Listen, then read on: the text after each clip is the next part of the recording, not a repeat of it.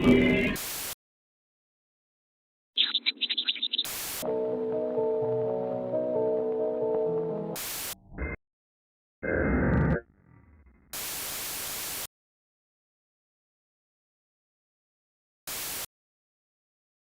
got a very special video for you all today, and I, for one, cannot be more excited. For those of you who don't know, this is our 100th video on the channel. It's insane to think about that, actually. And I knew we couldn't waste this opportunity to go over a series that I know absolutely all of you have heard of, the Mandela Catalogue. It's pretty wild that after all the analog horrors we have covered, this one has yet to be given the 4+ treatment, which is technically a half-truth. See, for those of you who have been around since the very beginning of me talking about this terrifying genre, you may have noticed that I actually did make a brief mention of this series. In The Horror I Can't Handle, I basically did a very brief summary of the plot near the end, but didn't go nearly in depth as we do now. At the time, I had only seen Volume 1 since I had no idea how in-depth and how lore extensive this series eventually became. But that's all changing today, ladies and gentlemen. The Mandela Catalogue is arguably the most popular and well-known analog horror series to ever hit the internet. Created by Alex Kister beginning on June 9th of 2021, this phenomenon blew up all across the internet and utilizes what I find to be one of the most haunting subject matters to hit the horror medium: alternates. The idea of running into someone who looks just like you has never sat right with me, and if it ever happens to me personally, I'll just bite the bullet and off myself right then and there. As you are all probably aware, the religious undertones throughout the series is basically a staple as to what makes it what it is. And as you are also probably aware, my lack of knowledge when it comes to the Bible and its antics are basically zero, so I'm going to be requiring assistance on this one. Thankfully, we will be having a special guest appearing in and out of this video to help me understand exactly what I'm probably missing. But that's enough talk. This is going to be a long one, so strap in, grab your popcorn, get your safety gear, and let's head on into the disturbing and horrifying world of the Mandela Catalogue.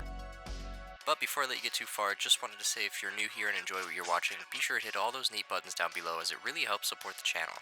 And if you want to see more, be sure to follow us on Instagram and Letterboxd. Alright, now you can pass through. Overthrown. Our entry begins, and I'm already going to be in need of some help. So everybody, allow me to introduce you to the self-labeled Mr. Minus, who will be helping me understand what exactly is going on here.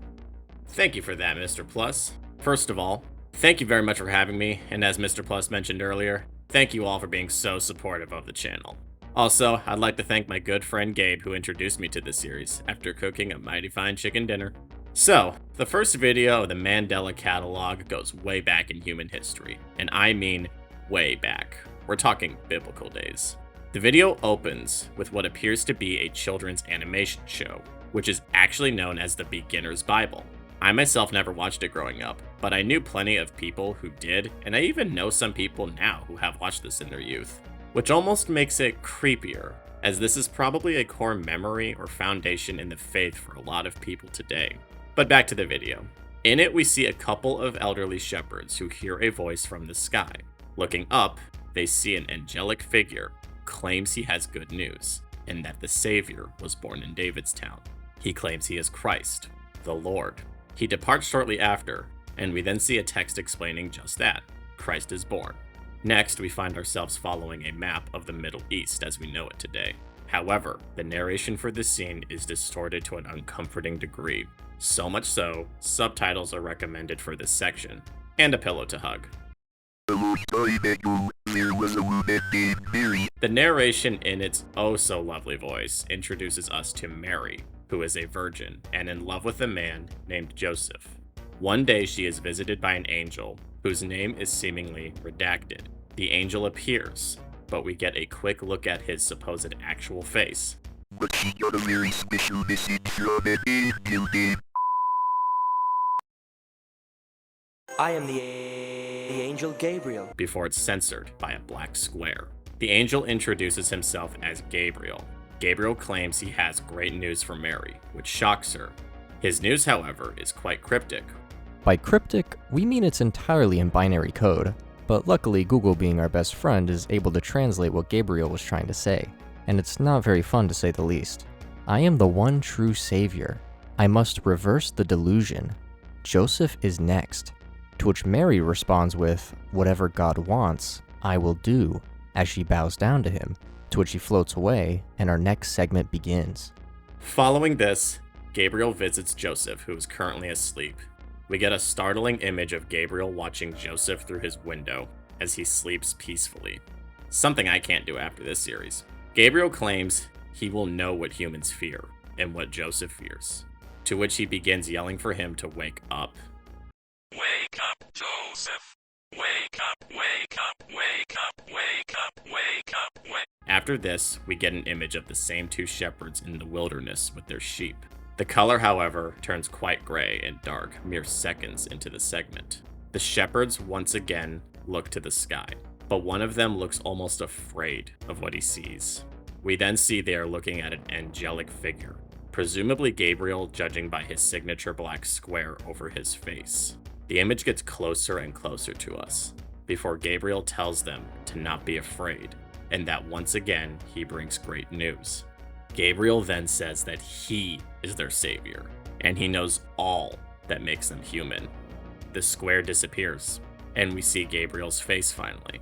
Gabriel claims to know what we love and what we dread, to then which his face distorts into a crooked and haunting smile.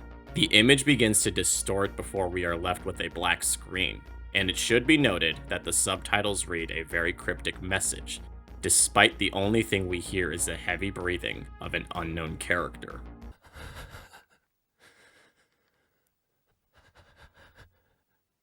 The text reads, "How frozen I became, and powerless then. Ask it not, reader, for I write it not, because all language would be insufficient. I did not die, and I alive remained not. Think for thyself now. Hast thou aught of wit what I became, being of both deprived?" We are then shown a picture of a desert landscape. Red text appears in the skies that seems arrogantly and proudly claiming its writer has deceived them. We are then shown a picture of a village, which has white text appearing. The text reads, "I am bound to chains on my ankles that grow heavier with every step. The infinite amount of sand will be my tomb, and my foolishness will be my legacy. If there is a God, please help me." We then end on a very fitting note.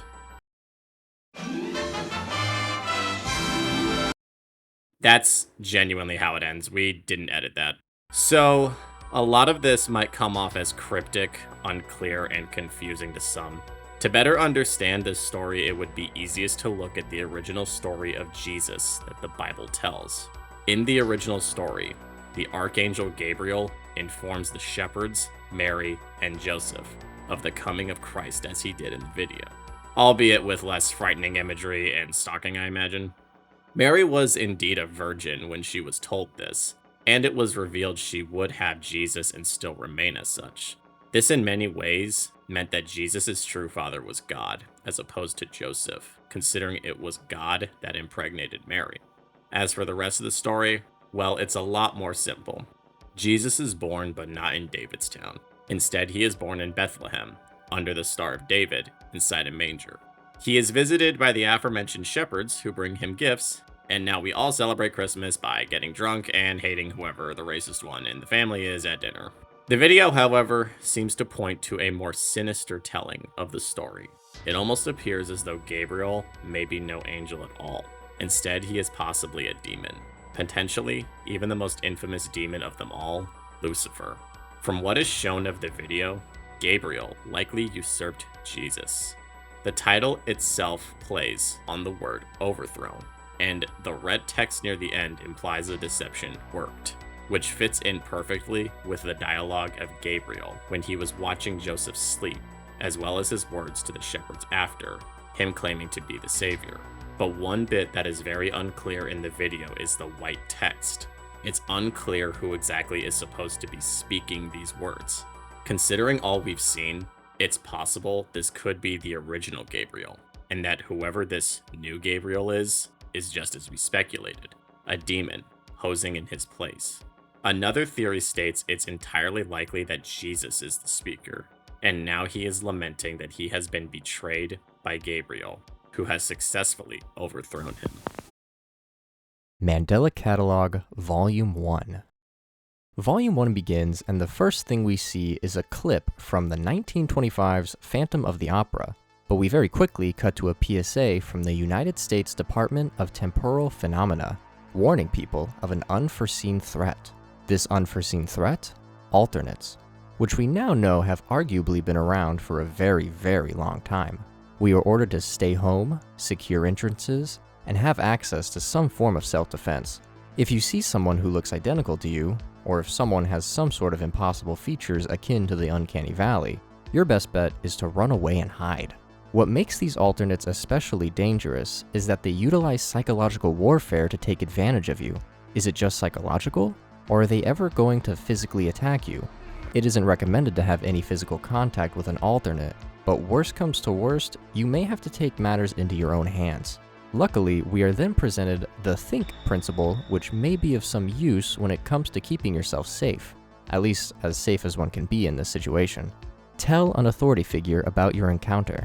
Hinder the alternate's movement. Identify the threat level. Neutralize the alternate, if safe to do so. Know your place in reality.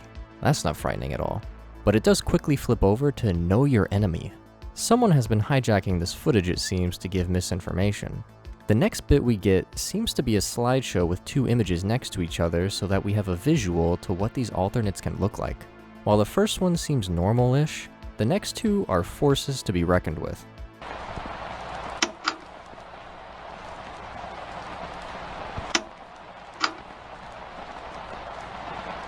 We are then introduced to two of our potential lead characters, Mark Heathcliff and Taurus. We are played an audio recording of a phone call they had on September 13th, 1992. Caesar is calling Mark late in the night to let him know that he has to take his mother to the ER after she is found knocked out cold. Caesar then asks Mark if he can head over to his house while they are gone to turn on the security cameras. When asked why, he mentions that his mother screamed out loud before she was found. Interesting to note here is that Mark makes mention of the broadcast, more than likely the one we just got done watching at the beginning of this volume. Perhaps Caesar's mother had an alternate encounter. Once the phone call is over, it appears we are viewing evidence taken from after whatever event transpired with Mark and Caesar, but we aren't yet sure what it is that happened. However, the CCTV footage, likely the one at Caesar's, is what we are going to be looking at next. We see as Mark flips on each of the cameras when he goes over to the house, and we can then hear as he exits and drives off. Rather quickly, which I mean, who can blame him?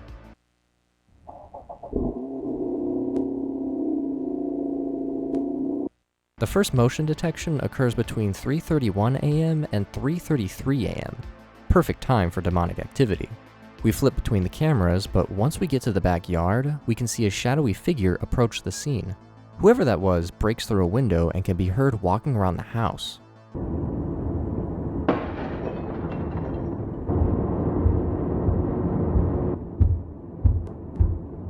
We cut back to our hallway and can see the door is now wide open, and a voice in the distance asking, "Where'd you go, Mark?"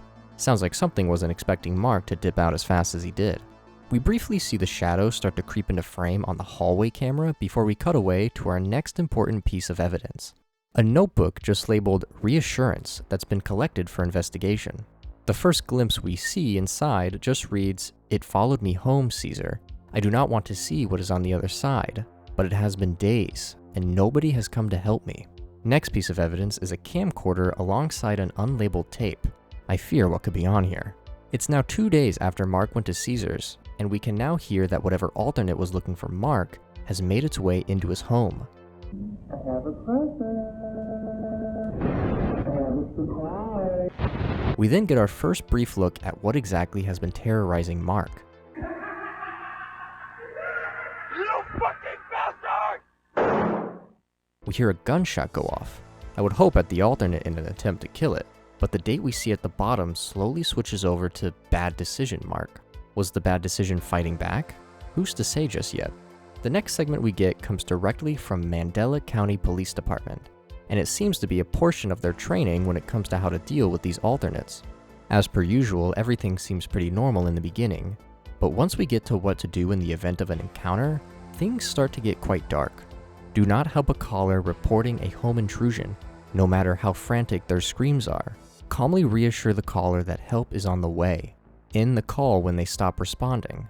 Is this just an attempt to keep the officers safe? Maybe if an officer arrives on scene, it just allows the alternate to then continue their reign of terror using the officer's psyche, which would arguably be a bit more dangerous. Who knows, but all I got from that is don't expect the police to be of any help if you run into one of these things.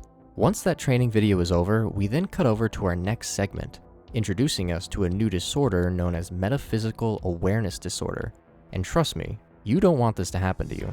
But given that there has been a 95% increase in cases, it may be too late.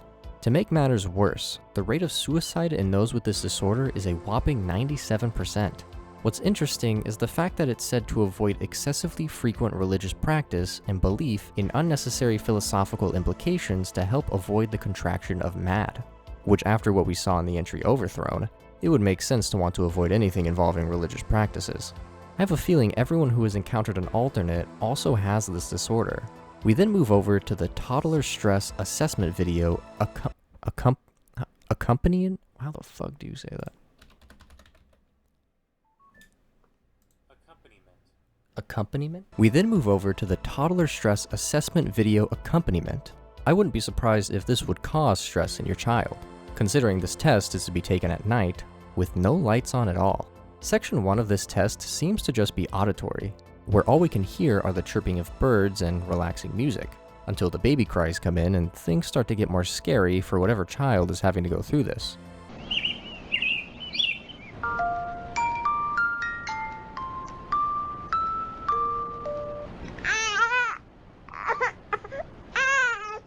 A clip from Nosferatu begins to play, and now that I think of it, I think SpongeBob was attempting to do the same thing to me as a child when they threw this guy in at the end of one of their scariest episodes.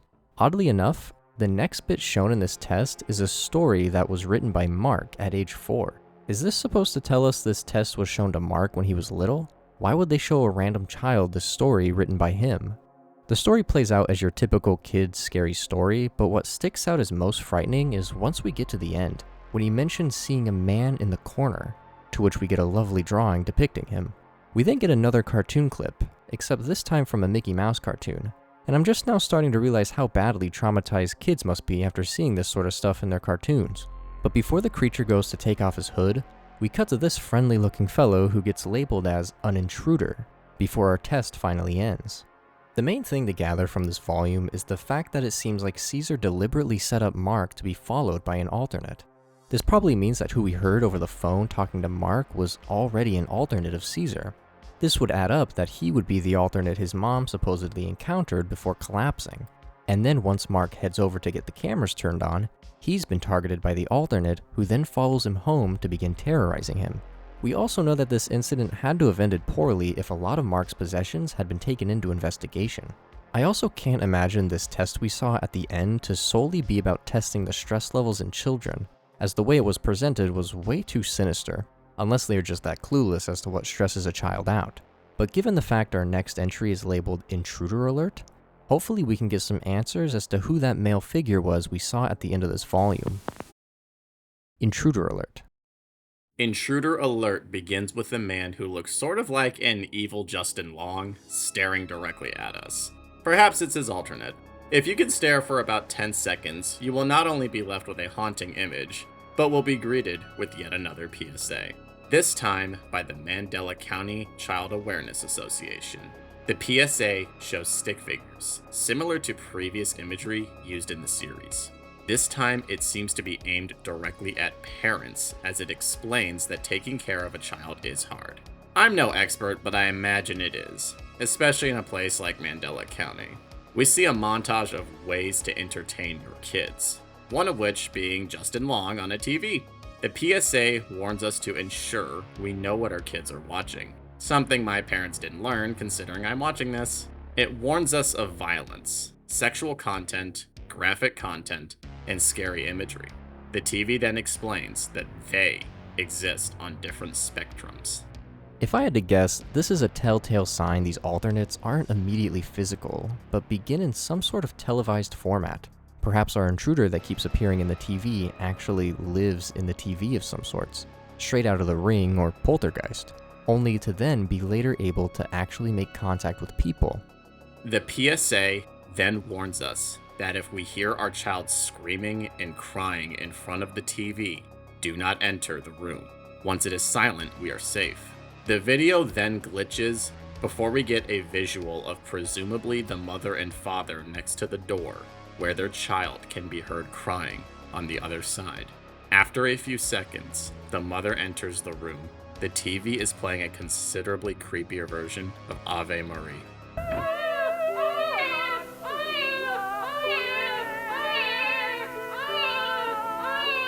Once the mother approaches the crib of her baby, we see a now actual photo of an empty crib. We return to the stick figure format, where the mother backs away from the crib and looks at the TV. The strange man is shown before the TV turns to static. The mother backs away from the TV again. It almost looks like she is ascending off the ground. The lights turn on, and we see why.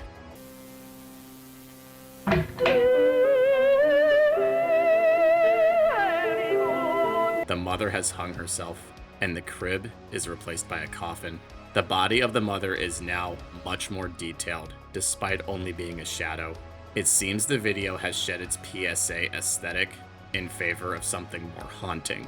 The music lingers until it buffers. Next, we are greeted by an emergency alert system. The voice of the Master Chief begins speaking to us, claiming multiple counties are receiving this message.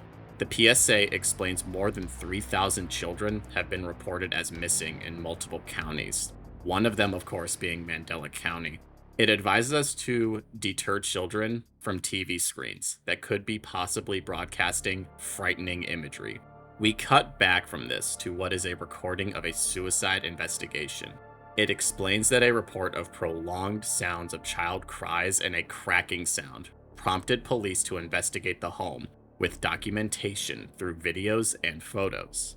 It is revealed the officer took one photo of the exterior of the house and then abandoned the mission due to overwhelming feelings of dread. An officer volunteered to set up a camera at the scene of the incident in order to maintain eyes on the crime scene. The photos are then shown of the scene, with the first being a simple shot of the interior. However, the second shot is considerably darker. The third shows a pair of eyes hidden in the darkness before the fourth returns to the form of the second photo. The sixth photo shows a disturbing face staring at us from the same area the eyes were located. The next then has a censor bar on the left side of the picture, claiming an invisible force was tampering with the body. The final photo is back to normal.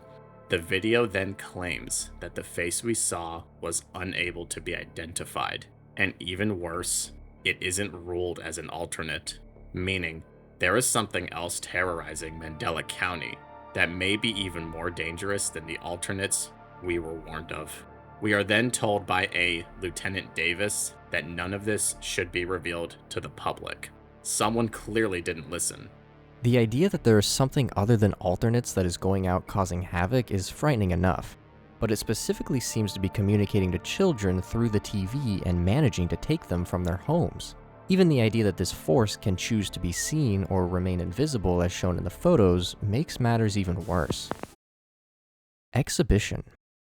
The entry begins and we can hear what sounds to be multiple calls being made to the police department, and they just aren't going through.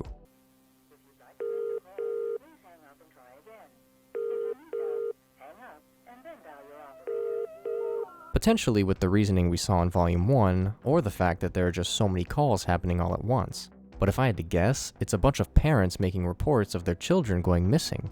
We are then brought back to the Beginner's Bible cartoon and are introduced to Noah, who is said to be going out to get some fresh air. But not long after, we hear a loud knock and he turns and looks up at the sky. I believe we all know who is here to visit. Before we see any more, however, we are shown a photo of a young boy and girl standing in front of what looks to be a church. But immediately we cut away and are brought to another evidence reel involving an altercation between someone in the Heathcliff family, more than likely Mark, and someone unknown. Looks like we're going to be seeing more footage that Mark had captured on his camcorder, which we now know is being reviewed by Lieutenant Davis. The first clip we get appears to be just footage from his bedroom facing two closed doors. Our next clip has Mark driving down the road before he pulls over and zooms on something hard to make out in the dark. He gets out of the car and starts to walk towards the church we saw in the beginning photo, making me believe Mark is the boy we saw in the picture. We cut back to the bedroom, before then cutting to footage of this window, except the date is August 30th, 1992, making this prior to his encounter with Caesar. We end up back in the bedroom, except this time, something has opened up the door. We are then on the move, and it appears Mark begins making his way downstairs, facing the hallway with his flashlight. He makes his way back into the room, and the camera moves towards the TV, which is now turned on, and an odd figure begins to peek through the screen.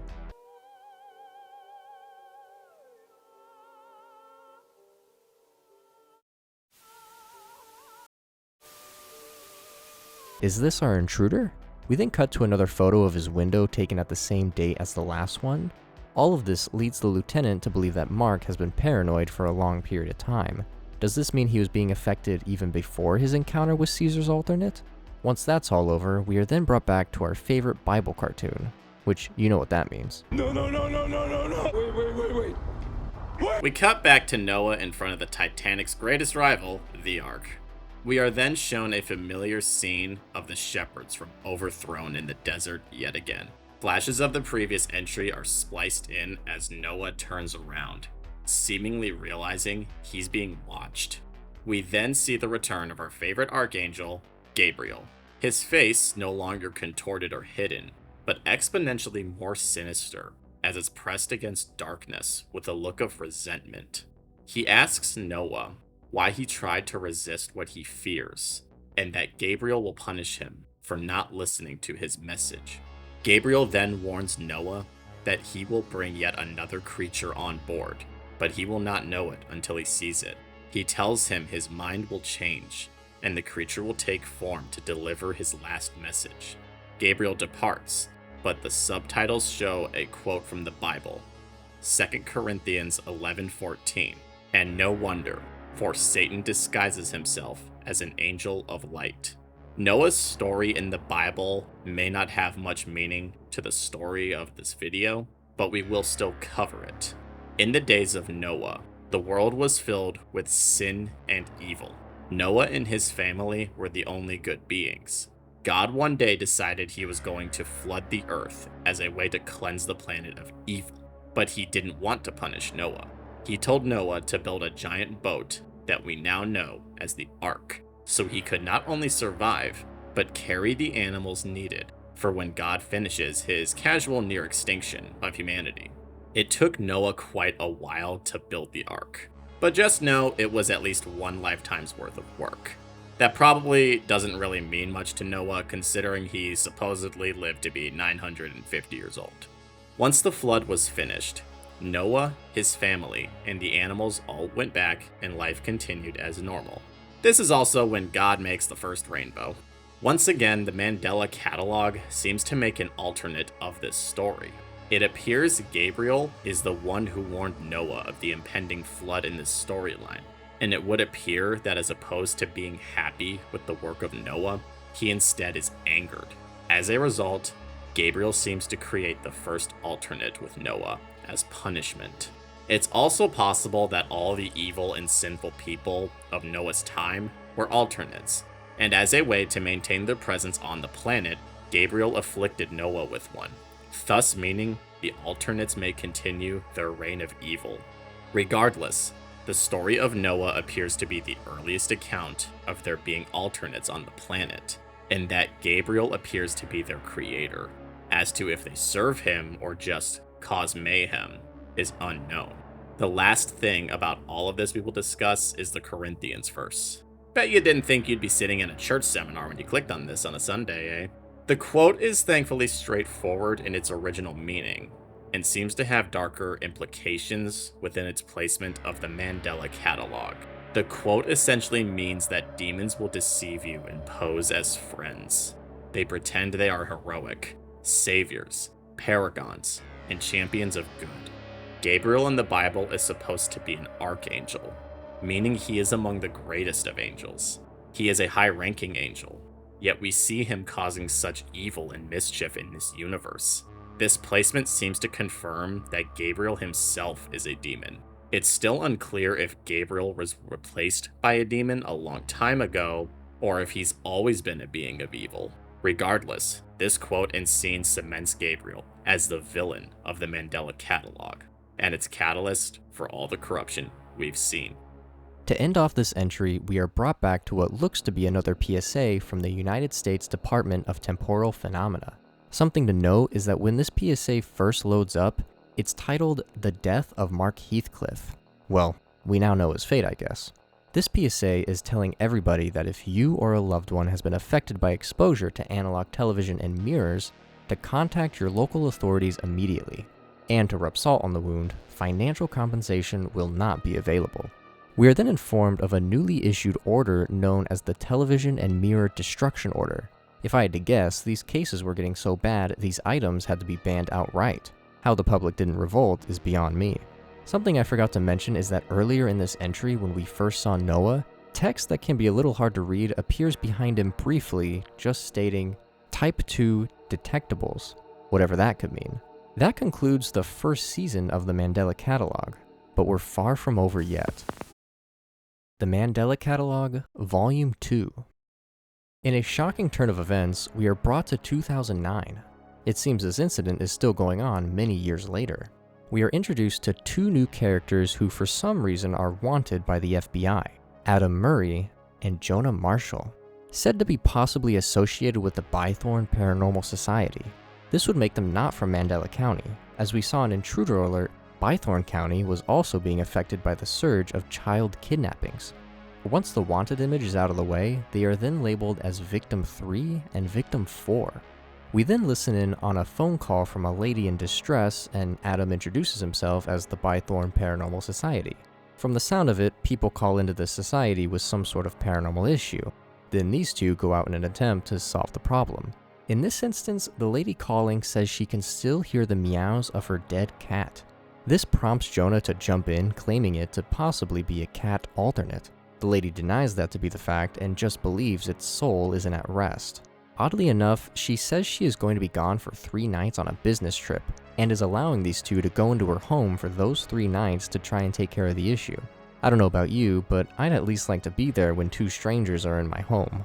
The majority of the footage we see next appears to be through the car's GPS system, and from what we can hear, there is already some animosity between Adam and Jonah. Shit. You got anything left? No? You used everything already? Unfortunately for these two, the car they have stalls, and based on their conversation, these two aren't exactly upstanding citizens. We got a couple options. We either, 1, ask someone to help start our car with the cables, or... Steal another one? Yeah. Luckily, it looks like Adam is able to get the car back up and running without them having to steal another one. Notice how I said another one. Jonah also frequently brings up the fact that these two have been on the run for their entire lives. They begin heading into Mandela County, and Jonah doesn't seem to believe alternates are even a real thing. But Adam brings up the point that they still continually get calls about them all the time. It also sounds like we get our answer as to why these two are wanted by the FBI. Technically, all this technology they have is considered illegal due to the intruder appearing on many screens. And what we learned in the last entry is that there was an order to get rid of all analog televisions and mirrors. But it does sound like it extended even further, even outlawing the GPS camera they have in their car. The two arrive at the scene, and we are dated on January 12, 2009, Night 1. Whoever is filming walks around the house and gets a look inside through the window. Adam eventually finds his way inside, and we can hear him attempting to talk to this dead cat. Here, kitty, kitty. Also, I don't know if this is just coincidence, but the interior of this house eerily resembles that of Mark's house, mostly in the scene with the 2 doors in the bedroom and the hallway shot. Adam ends up finding a door that's locked up, the only locked door in the house. It also sounds like Jonah is not even going inside the house, but keeping himself in the car. But it also sounds like Jonah is able to see through cameras that have been installed within the house, and is able to see a live feed through the camera Adam has as he films the inside. However, Night 1 ends, and it doesn't sound like the two have made any progress, but Jonah is starting to become increasingly more nervous about being at this house. Yeah, the more, I'm not gonna lie to you, man, the more I look at this house, the more I really don't want to be in that.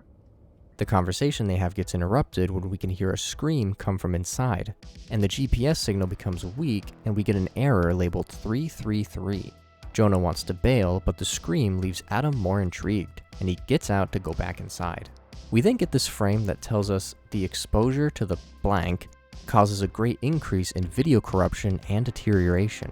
We can see this in full effect as the GPS signal continually got weaker as they pulled up to the house, and the scream completely dismantled it.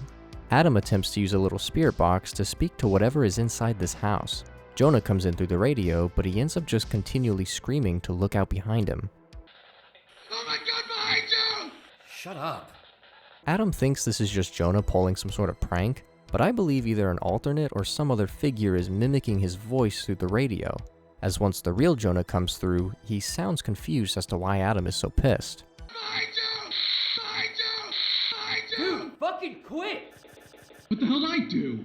This seems even more apparent given this next bit. Dude, that's not funny. Clearly, whatever voice is speaking through the radio is trying to trick both Adam and Jonah into thinking the other is screwing around, drawing an even deeper line between the two that clearly already existed before. We are then brought back to our Bible cartoon that makes it almost too obvious the reasoning as to why our character is named Adam. We see as Adam takes a bite from the forbidden fruit, as the serpent laughs by a tree. Adam doesn't feel all too different, but he describes feeling scared seemingly out of nowhere, but we very quickly wind up back to our two leads. The next image we get shows us where Adam plans on crashing out for the night, and what's left for us to see is everything going down while he sleeps. A voice ends up coming out of the radio that sounds eerily similar to the voice of Gabriel, saying he followed the shepherd. You are a fool. Follow my voice instead. You will find great happiness. Wake up, Adam. Do not make me wake the others. If this is Gabriel speaking and telling Adam to wake up, it seems to be a direct correlation to Overthrown, when Gabriel appears in the window telling Joseph to continually wake up. Jonah then comes through the radio reporting that he's lost visuals on Cam 3 and asks Adam to check it out. Except it doesn't sound like it's enough to wake Adam up, as the next segment of images we are shown all seems to be motion detected. We can see as the back door curtains slowly open up, to the point where the whole door is now wide open. If I had to guess, some sort of alternate has now found its way inside. However, given this next bit here, I don't think it was an alternate, but the intruder himself.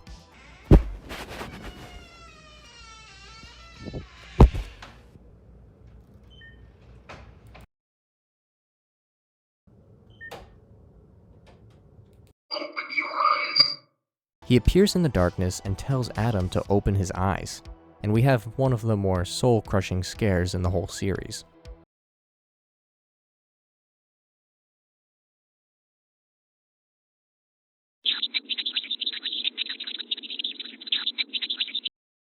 The screen goes darker, but the image is still faintly there, but the caption below reads, "Patient reports multiple sleepless nights after their symptoms initially become apparent. It is not difficult to avoid, however. The patient must try to actively seek it out." Is this supposed to be referring to the metaphysical awareness disorder?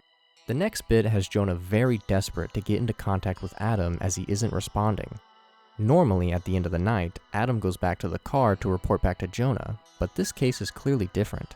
Jonah becomes increasingly more worried, and all he wants to do is to just leave the house, but he doesn't want to leave without Adam.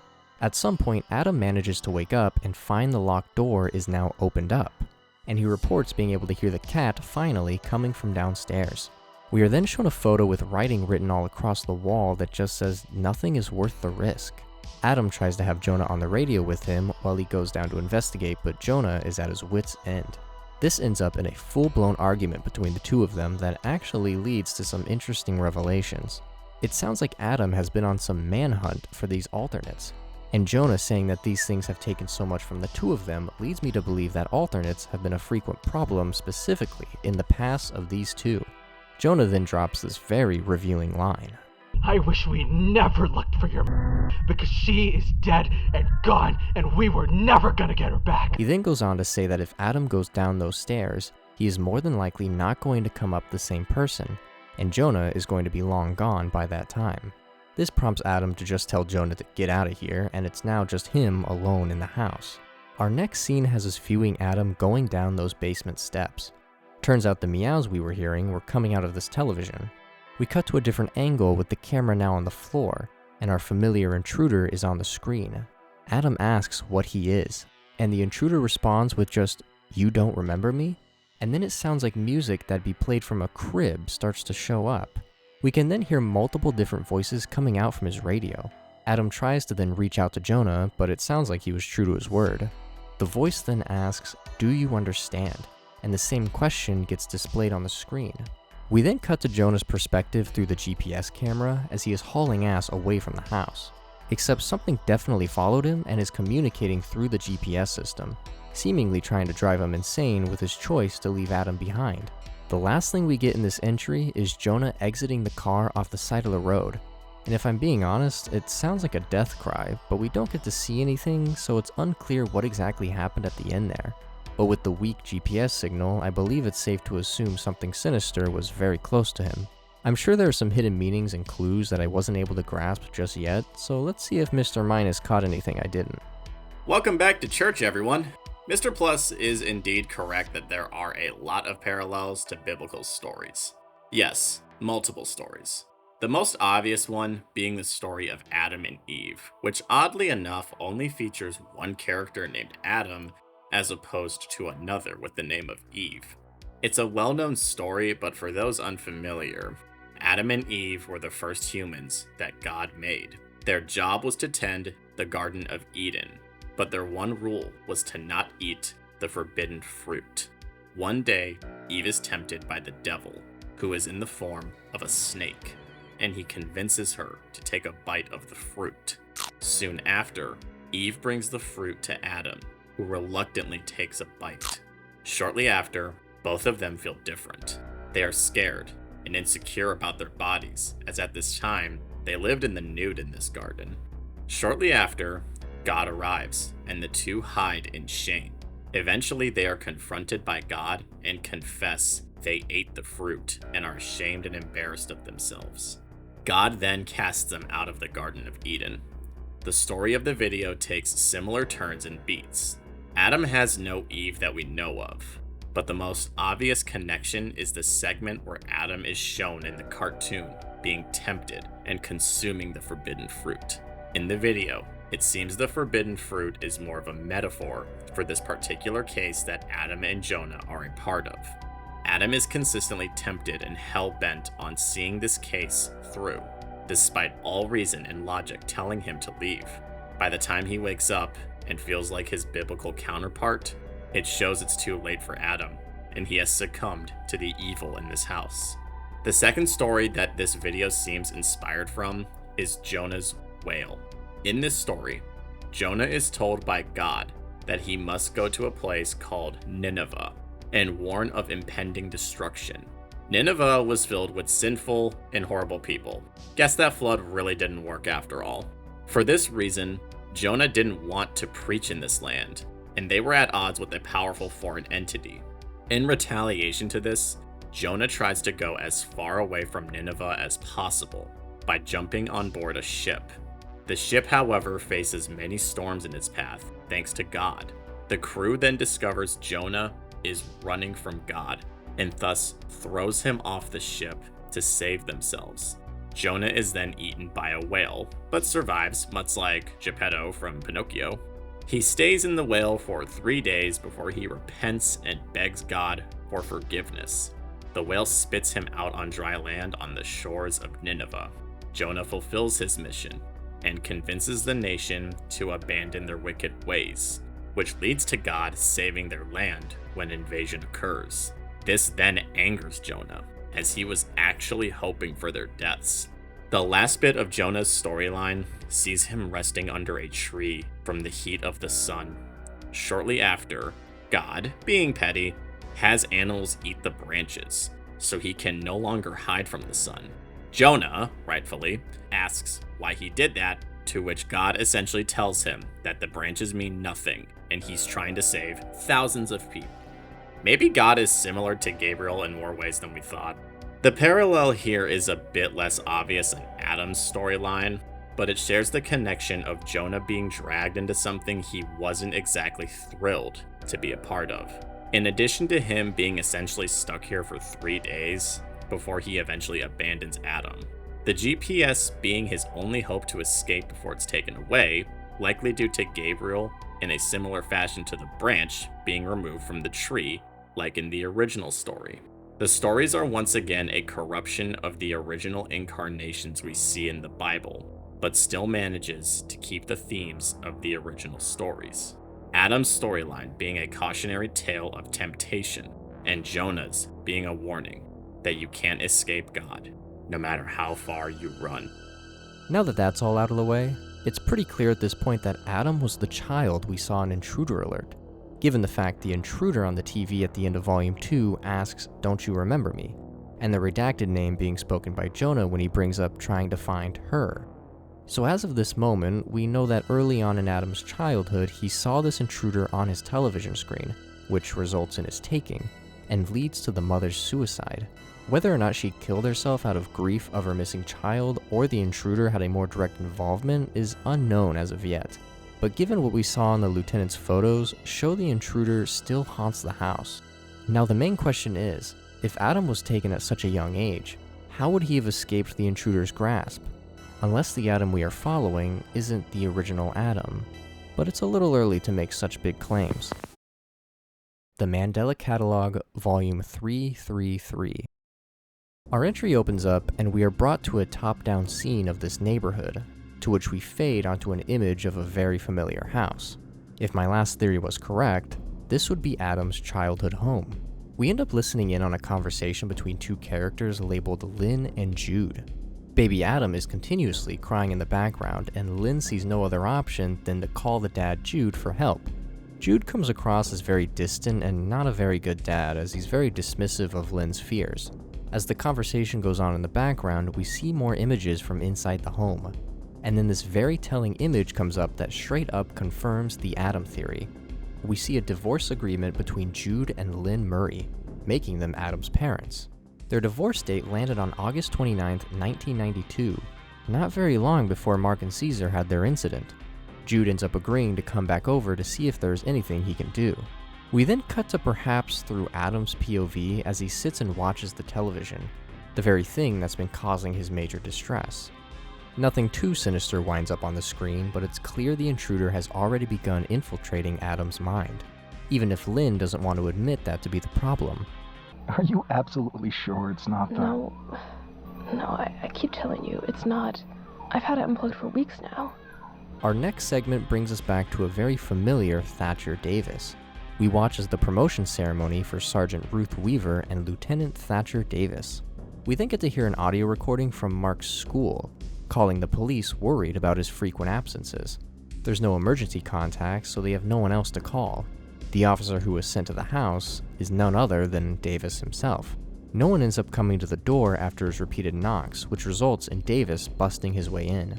And this brings us back to the same case report we briefly saw in Exhibition. What Thatcher finds when he makes his way inside is much more harrowing than we could have imagined.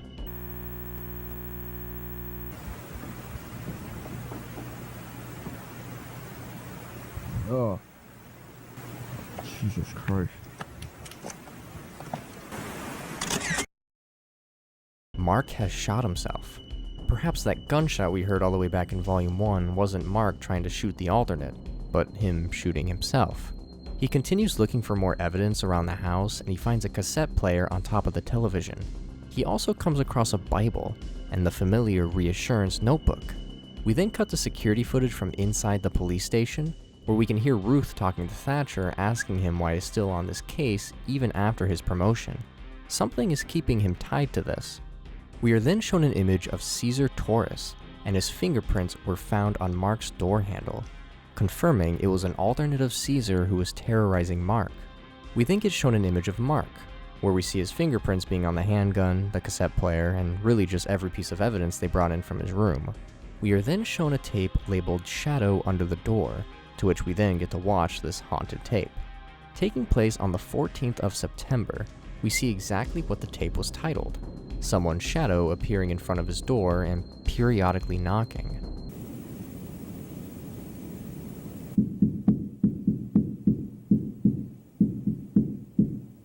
We then get played a cassette labeled Voices Outside My Room.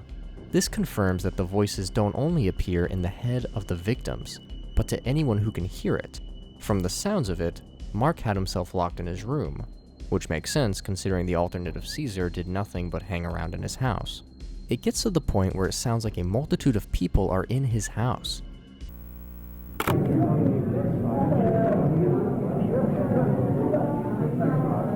Next is the Notebook. God loves me unconditionally. Always remember that no matter the circumstance, God loves all of us simply because He has chosen to do so. He loves me when no one else loves me. I am at peace. If we remember in earlier entries, religious practices is a one-way ticket to mad, which could be exactly what the alternate wants to happen to Mark. As the entries in the Notebook continue, Mark's sanity is slowly slipping away. The last page we get to read is arguably the most telling of this process. The cops never came for me. Nobody came for me. Whoever is reading this, please stop it before it does this to anyone else. Who have I been praying to all this time? It certainly sounds like in his head, if at these last moments he loses his faith, it's what finally drove him to commit the act. I wouldn't be surprised if the goal of these alternates is to drive the victim mad enough until they eventually end their own life. From what we have seen, it does seem like these alternates have no intention of physically harming the victim, but like we heard in the first volume, they strictly resort to psychological warfare to have the victim take their own life. The final message just reads, "My eyes are wide open," which if you remember was what the intruder had told Adam in Volume 2, to open his eyes. That's when we saw the creepy alternate. And then Jonah is told the same thing as he is trying to drive away. After that whole ordeal, it's now widely known that Caesar is an alternate running around, and this one is a perfect copy. We are then brought to a different evidence reel, this time for one of the Murrays. Since Adam is gone and Lynn is dead, it's safe to assume this is talking about Jude. Before we get to see any of it, however, we are introduced to Mandela Tech Daily and the company representative, Dave Lee. The footage is to only be viewed by Lieutenant Davis. It sounds like Davis had sent Dave some tapes that he needed footage recovered from. Dave was able to recover a little bit, and he also says he is going to be copying the footage for himself as well. Once that's over, we are then shown potentially what was recovered. It's unclear what program this would be, but whatever it is looks terrifying and is labeled the Might of the Subconscious. This introduces us to a very odd figure named Stanley, who is just a very non-detailed drawing of 2 eyes and a mouth. Already, Stanley is not to be trusted, as he describes himself as a voice coming out of the television screen, and given the demeanor in which he speaks, it sounds like he plans on talking to children. If that's the case, I think we all know where this is going. He says that he has the ability to make friends out of thin air. He then goes on to describe how he does it, but we have to promise we are one of his friends before he tells us. Alright, I guess if you insist. First, we must consider what makes up a good friend. Always remember the most important rule. If there is a new friend that lives in your head, it is best to.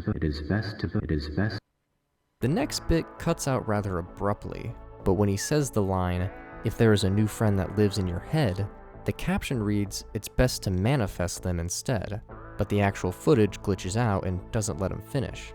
Now call me crazy, but I thoroughly believe this is how some alternates are brought to reality. The last thing Stanley says to us is that our new friend is somewhere in our house. So I firmly believe that Stanley is more than likely our intruder that appears on the TV. He talks to children and uses them to create some sort of alternate. Is this how all alternates are born? Before we learn too much more, we get to listen in on a 911 call between Jude and Davis. According to Jude, someone is in his house. From the sound of it, Thatcher is trying to determine whether or not this is an alternate or an actual home invader, since what we learned in the beginning, if it's an alternate, the police aren't supposed to do anything. However, once Jude reveals that this person looks nothing like anyone he has ever met in his life, this prompts Thatcher to believe this isn't an alternate and an actual person, and he springs into action. He says he is going to send over an officer, and he calls Ruth Weaver, who we saw in the promotion ceremony. He then goes back and asks Jude for the address, but is met with no response. Ruth comes back on the line and talks about the officer who originally went to the Murray house, took one photo, and then dipped. So now it's up to Thatcher and Ruth to check out the place, which will more than likely then lead to the cameras being set up that we saw in Intruder Alert. Since nothing too crazy came from the automated camera, Thatcher and Ruth need to resort to an in-home inspection. We see through Thatcher's POV as the two begin exploring the house. Lieutenant Davis then comes across the room where Lynn has been hanging. Also, according to the lieutenant, everyone else in the station has left. Who's running this operation? He calls out to Ruth, but hears no answer. And when Davis calls out to the dark hallway, all we can hear is his own voice repeating what he is saying. Identify yourself. Identify yourself. This is a police investigation. I need you to identify yourself. Police investigation. I need you to identify yourself. Looks like some sort of alternate is already in the house with them. The voice then begins to repeat the 911 call between Davis and Jude. Is it possible Jude was already an alternate when he made the phone call to Davis?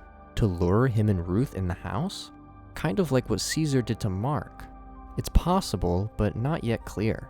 A hand can be seen coming from the dark to turn the light off, and in an effort to make a quick escape, Davis jumps out the window and leaves Ruth behind. He calls her to tell her to meet him at the station, but I believe the alternate has already got its hands on her. Lieutenant Davis tries calling units from other counties to act as backup, but he is still being met with no response. Are these two the only officers in the county? We periodically cut between the police station camera and a camera that's in what I'm guessing is the Murray house. If Ruth is still in there, it's more than likely just her body. And in one of the most impressive segments in the series yet, we cut back to Thatcher's POV. And what do we see in the distance? Well, I'll let you see for yourself.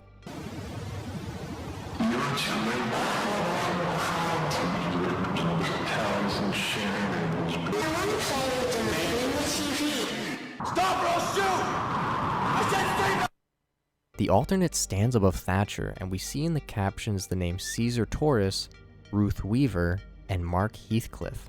The alternate begins laughing before Thatcher fires at the alternate, to which the face changes to look like that of Ruth's, before text appears on the screen that just reads, "There's not enough room for the two of us, Lieutenant." One of the last things we see in this entry has the alternate standing directly over the lieutenant. Then the entry ends with the same eye we saw near the beginning staring at the black screen. So it sounds like Adam had an encounter with this Stanley/intruder figure on the TV when he was incredibly little. This resulted in the manifestation of one of these alternates to appear in the home. Jude comes over to check out what's wrong, but is too late and the alternate is already in the house, and Lynn is already dead. He calls 911 and is connected to Lieutenant Davis. Once he realizes that this is not your ordinary alternate, he calls up Ruth and goes to set up the motion cameras. What confuses me is what they would have thought when they saw the victim's body being tampered with. Yet it looks like Thatcher is seeing Lynn's body for the first time once he and Ruth go inside to investigate. Every day gets brighter. This video is much shorter and much lighter on content as well as plot. The video is more introspection regarding Thatcher after the events of Volume 333. We see an audio tape labeled Thoughts About the Ordeal.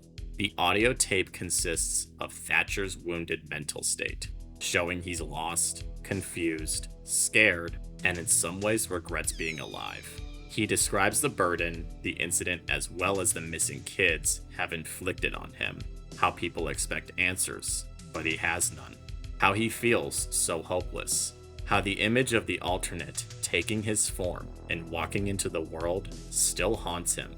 It all ends with him vowing to kill this alternate and stating, while he is alive, part of him wishes he was dead. While not particularly scary, the acting and writing really gives great characterization to Thatcher and sort of makes him the character the audience is meant to root for. Gabriel knows I am. Interlude. Much like the last video, this one is quite short. The name is quite fitting too, as it acts almost like a segue between Volume 333 and the incoming Volume 4.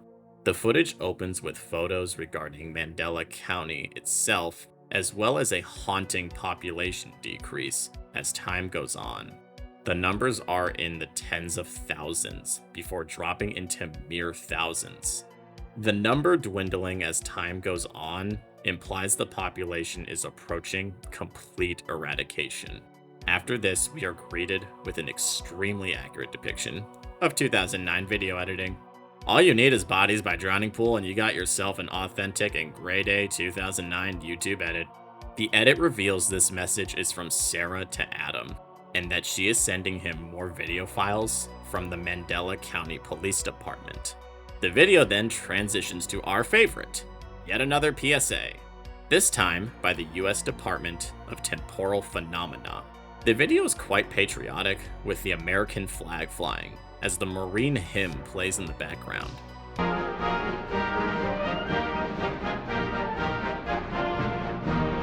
The text implies celebration as well, with it confirming that an unforeseen force has been defeated, and we can carry onward without fear.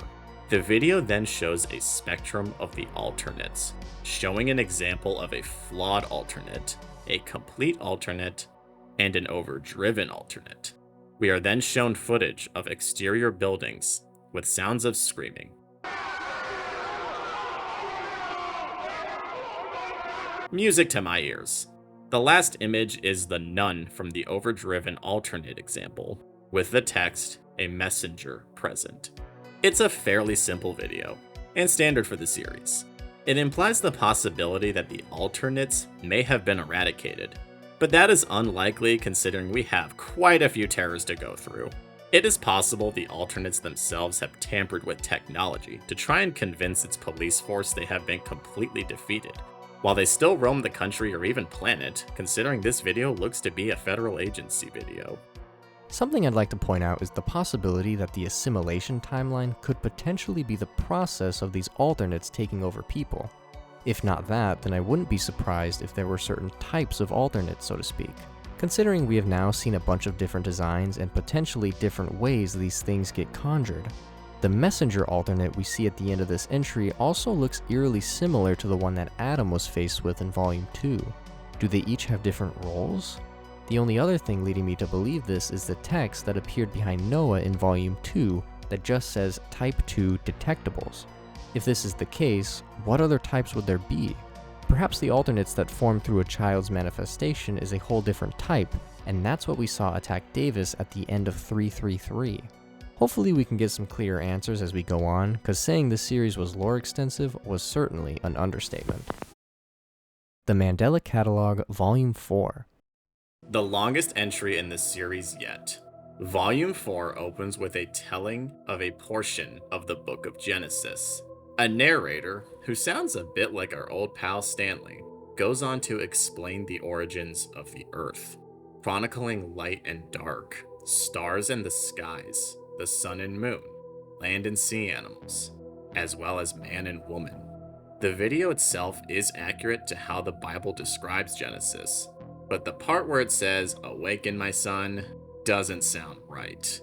We then cut to a view of the Garden of Eden, which seems to have a mist engulfing it. In the mist, we can see Adam, but he isn't as happy as the narrator described. He almost looks worried. As we seen soon after, a tree with a mysterious figure standing underneath it. The video then shows a lone apple on the floor. Off this, it's safe to assume that the tree was indeed the bearer of the forbidden fruit, and it's likely that the figure was none other than Gabriel. The narrator then explains that this night was different, as the woman, supposedly Eve, looked up to the sky and was afraid, as instead of the stars and sky, she saw a man staring down at her. The woman would gaze up at the sky, but the brilliance and beauty of the stars were obscured by the man staring down at her. After this, Volume 4 officially begins. We then get our title card for Volume 4, and in the background, we can hear over some radio potentially really telling information. Not only has digital technology been easier to use, for me and my family feel a lot safer with it now. Digital technology is now easier to use, but this person's family feels safer with it. From what we know, some, if not most, technology has been banned, but some new tech has come out that, at least right now, has been alternate-free. We then return to Dave from Mandela Tech, who has received a phone call from someone named O'Brien. O'Brien is from the church, and Dave explains to him that his business isn't doing very well. We also see a different employee going through some used tapes, and she stumbles upon one of the tapes that Thatcher has sent over. While that's going on, we can hear O'Brien offering Dave a spot in the church if things don't look too hot with his business. The employee goes into the back area and uncovers Dave's TV, which explicitly states hands off. She puts the tape in anyway and views what's on it, which turns out to be one of the toddler stress assessment videos. God, I can't imagine how disturbed she's going to be. The next segment we get shows someone drawing up this quite horrifying sketch, and we get our first look at Lieutenant Davis in live action form. Looks like he survived his alternate encounter. That is, if this takes place after. He walks around his home and doesn't seem to be doing too good. But I mean, who would given what he's experienced? We're then brought to June 11th, 2007, a couple years before our incident in Volume 2, and are watching a broadcast from Bythorn High Daily News. A very interesting development is the introduction of Sarah Heathcliff. As it turns out, she's the one who founded the Paranormal Club at Bythorn High School, and I wouldn't be surprised if this turns into the Bythorn Paranormal Society later on. It's clear as day now that Sarah Heathcliff would be the little girl in the photo we saw way back in Exhibition, which makes her more than likely Mark's little sister. But that oddly adds more questions as to where would she have been during the time of Mark's situation. In her segment on this broadcast, she is searching for a partner to help her out in the club. We are then quickly flashed a photo saying she is currently at large, as if she is wanted the same way Mark and Joseph were. If she was equipped with the banned technology, then it makes sense, I suppose, why she would be wanted. We are then met with an email that none other than Adam Murray sent to her, wanting to be her partner for the club, to which we are then flashed his photo stating he is currently at large. But we knew this already. Sarah accepts his request and changes the name to Bythorn Paranormal Society. Would you look at that? I'm better! I am better! It seems like this footage is a part of some sort of investigation, as this next bit is labeled Breaking and Entering, Event 1, which takes place July 14th, 2007. Perhaps this is their first job. Adam claims the place they have gone to was abandoned, but given the police tape and Sarah's worries, it's more than likely not. Adam has her play what's labeled an audio lure that plays a bunch of screaming. Sarah is rightfully unnerved, but Adam has her keep looking. The door at the end of the hallway then opens up on its own, and we see a bunch of arms begin to reach out from the door. It sounds like Adam is just in it for the reactions with the footage he put Sarah through. Adam, please! It's right there, Sarah. Look. What's going on? Don't you want to see? I can't look. Sarah then tells Adam that if this is what he wants to keep doing, then he should find someone else to join him on his antics. This seems to be what Jonah was talking about in Volume 2. How Adam, his whole life, just spent it on this manhunt trying to track down alternates. How he knows where they are is yet to be known, unless the intruder had way more of an effect on him than initially believed. Set immediately after the events of Volume 2, we see what appears to be dashcam footage of Adam driving through the streets. He's trying to call Sarah, saying how excited he is for the footage he's gotten. How this man is not terrified right now is beyond me. Shortly after, we are shown what appears to be Adam's chat log. It appears Adam isn't on good terms with Amanda1287643. She'll regret that when he gets famous. Other names on here show Tyler Johnson, who left him on red, Jonah, who isn't going to be sending messages soon, Sarah, and Evelyn.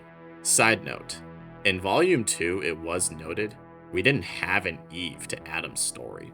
Considering Eve can be short for Evelyn, it appears we might have our Eve. Eve appears to be going through some kind of turmoil with Adam, judging by her last message. Adam then proceeds to remove Jonah from his friends list. Wonder if he's ever gonna try that 25 mg. At least he can play Left 4 Dead 2 with Noah though. Evelyn messages him, wanting closure, and then asks to respond while she goes to work. After this, Adam messages Sarah that he's home and asks about the voice message he left. Side note, Adam could really use a better profile pic, like, Jesus dude. Sarah didn't hear the message, but Adam informs her Jonah might be dead in a very casual manner. Sarah demands Adam calls her immediately. During this conversation, Adam seems to be indifferent about Jonah's fate. Eventually someone will stumble across that. You just drove off? Didn't really think it would be that big of a deal. And more concerned with the video footage. Sarah, however, is rightfully concerned and scolds him for his indifference. Adam implies he never cared or even liked Jonah, which prompts Sarah to tell him he has to make a memorial video for Jonah for the Bythorn Paranormal Society. Adam is resistant, but Sarah stands her ground, which leads to Adam hanging up. She hung up on me! We're left with a very cold message from Sarah. Yikes. Looks like our earlier suspicion is indeed true. Evelyn is supposed to be our Eve, but whatever happened between them is still unclear. We then cut to the population trends shown in Interlude. In 1990, Mandela County was at 19,867 people. In 2009, only 1,075 remain. Whoever remains must be quite the brave souls. During this, we get a monologue from Thatcher. Side note, considering this takes place in 2009, Thatcher has aged very gracefully. Thatcher expresses the pain he has been living in since the night he encountered his alternate, and the guilt for sending Officer Weaver in, where she would meet her demise. At this point, Thatcher is motivated by many negative feelings, but also his desire to avenge Weaver's death. Thatcher's mental state has deteriorated since we've last seen him, as he's now a shut-in, and seems to have speculation that he might be losing his mind. We then cut to a scene where Thatcher is going to sleep, but something is watching him from his closet. After all this, we see a shot of Dave staring at the camera as a phone call plays between Dave and the aforementioned employee. Unfortunately for her, she's getting fired. He claims that he can get her a job at the police station, but more importantly, it's revealed the employee is our Eve. Evelyn asks Dave why he has the old TV in the closet, but her answer is Dave hanging up the phone. Sorry, Evelyn, but Wisconsin follows the at-will doctrine. The start of this segment is quite bizarre to say the least. Given the facial animation of Thatcher, I think it's safe to say this is an alternate communicating with him, further showing the torture he is going through as his alternate tries to drive him mad. As Thatcher watches his shows on the TV, we can hear him reading off a letter he wrote to Ruth, in an attempt to make himself feel better. He also replays the final recording of his interaction with the alternate in the Murray house. This whole scene goes on to show how badly he has been affected by the whole ordeal, which no one can blame him. But it also seems to also show the strength this character has, considering most victims of alternates would have already done you-know-what. We end up back to Adam's chat log, and Sarah is asking him if he has finished the memorial video. Adam, still being condescending, finally sends her the link to his work. As we can immediately tell, it doesn't look like any work was put into this, but it's Adam, so what were we expecting? Sarah is rightfully confused, and Adam tries to play it off as him sending her the wrong link. He sends the supposed correct file, and it goes about as well as you'd expect.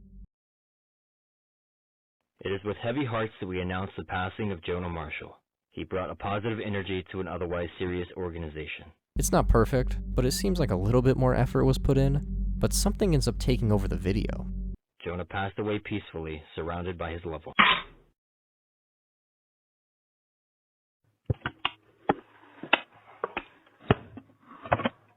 It's not clear if Adam did this, or if some other force has altered the footage. We then hear a phone recording between Evelyn and someone else, talking about her relationship with Adam. It almost sounds like Adam put Evelyn through the same stunt he put Sarah through. He was always the nicest guy up until he started the investigations of Jonah. There was always something going on with him, but he just never told me. But at the very end of this memorial video, it appears we get to see a piece of Jonah's final moments. I never said that. It's messing with my words. I said that. It's messing with my words. I've had enough of you! It's messing with my words. I never said Please, that. just get the fuck out of my head! It sounds like Adam is trying to explain to Jonah about the alternate that was hijacking the radio and mimicking their voices. But it clearly turns out not to be Adam himself, and is still just psychologically torturing Jonah. Trying to convince him to go back is my guess. The video then starts to buffer, and Sarah clicks off. Shortly after, we are greeted by a Face Studio logo, accompanied by a so not terrifying voice introducing itself. Welcome to Face Studio 2. The software was created by Mandela Tech, meaning Dave had a hand in its creation to some degree. The software is dated to the year 2000, and it definitely does look like it was made back then. Props to the creators for being able to emulate the style of retro computer tech throughout the series. We've seen 2009 styled videos and now outright 2000 janky software. Speaking of janky, we're met with a face that has an eerie voice and janky facial movements. The face tells us this is a software meant to have your face say anything, with the only requirement being personal details and 3 specific angled photos of your face. The software claims the information will be saved, but never shared. What a responsible company. The software then demonstrates ways to customize your face, with the 4th picture looking like, well, modern AI software. The face then tells the viewer to try and spread the word of this new free technology that can be found on most home computers. The face itself is quite unsettling as mentioned before, with the soulless eyes and superficial expressions, but considering what we've seen and what we know of Stanley, it's entirely possible that this face studio man is just another version of him that has evolved with technology. It wouldn't be the first time he's taken the form of a creepy face, and considering this was made by Mandela Tech and the number of citizens is still dropping at and after the year 2000, this software is likely a new way for Stanley/the intruder to make new alternates. The program then proceeds to glitch and break down before we see we are now inside what appears to be Adam's house, mere seconds after his mother's suicide.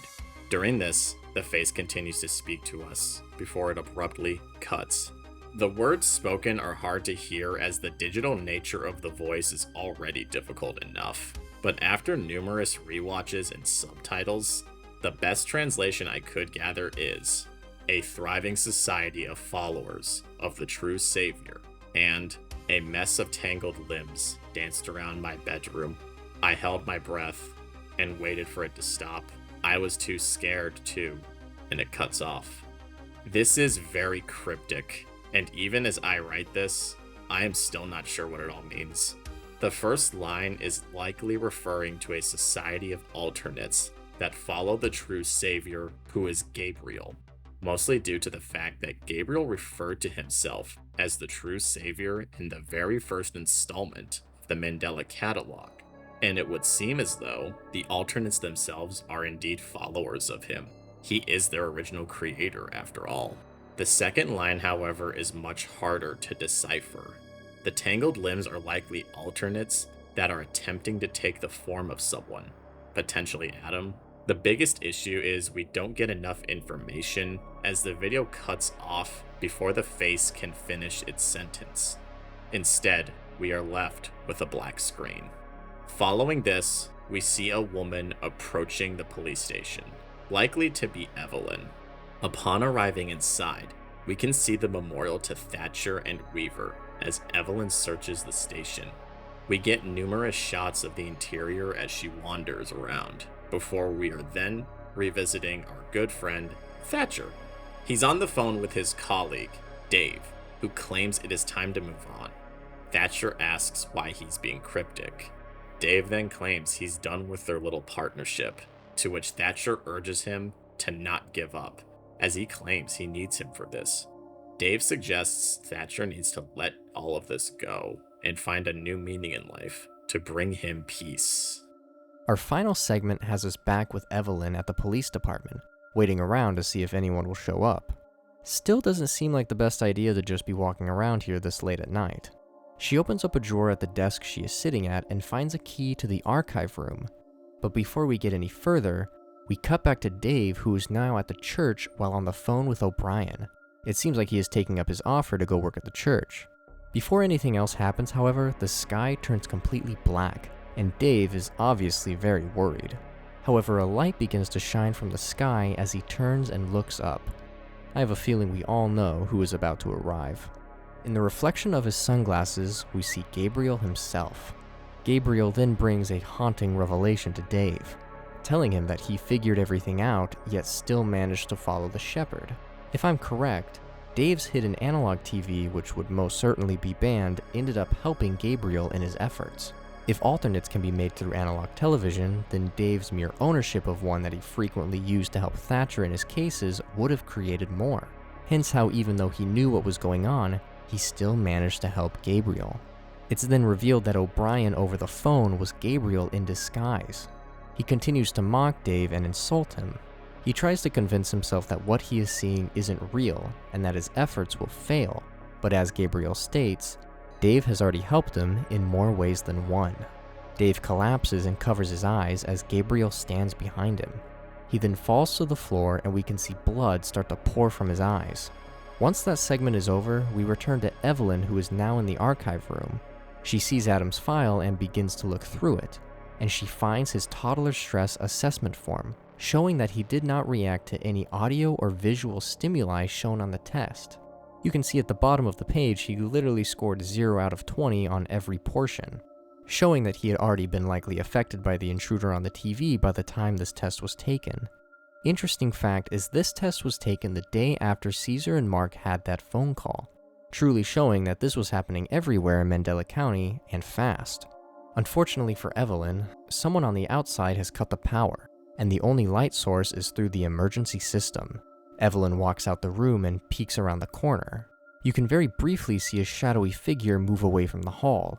Then in a frightening scene, we can see whatever alternate has made its way in the police department now stands behind Evelyn.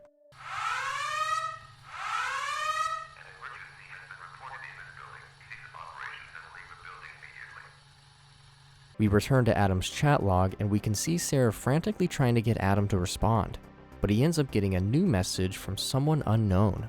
They try to get Adam to confirm his identity and he goes to respond very naturally. But as it turns out, this unknown contact is our intruder himself. If we didn't know Stanley was the intruder, it's basically fact now. Do you remember how we became friends? Do you remember my face? I cradled him in my arms. My sweet boy. You see the same monsters from your bedroom, don't you? Your skin is not your own. You're not the real. From the sound of it, it seems that the messenger nun alternate was a being that haunted Adam in his childhood, and Stanley was able to gain his trust by scaring her off somehow, but to no avail as he then admits to taking him away. And in another shocking yet expected reveal, it sounds like Stanley has confirmed that the Adam we now know is an alternate. He then gets cut off from a voicemail from Sarah. She tries to convince him to call her back, and the intruder slowly disappears in the darkness of the screen. We are then brought to the sky, and familiar red text begins to appear. I deceived him, the Mandela Prophet. We have their prayers and their records. It begins today. We are then flashed 3 photos of Adam, which look eerily similar to the photos needed to get a facial scan in Face Studio 2. I would not be surprised if Adam used this software at some point. We already know that Dave had to have had a hand in this software, so this just further explains Gabriel's point in how much Dave inexplicably helped him in his evil efforts. Another thing to note is that Adam's demeanor certainly comes off as different post the event at the house, but it also seems that he was always this disturbed individual even before that case. This all makes sense now knowing that he is an alternate, but he seems to be a very special case of an alternate, one that wasn't aware of it. He began to act more like an alternate after coming out of the basement in Volume 2, but I believe he still never knew until he was directly told by Stanley near the end. It's also not clear who exactly Gabriel is referring to as the Mandela Prophet. Could this be Dave?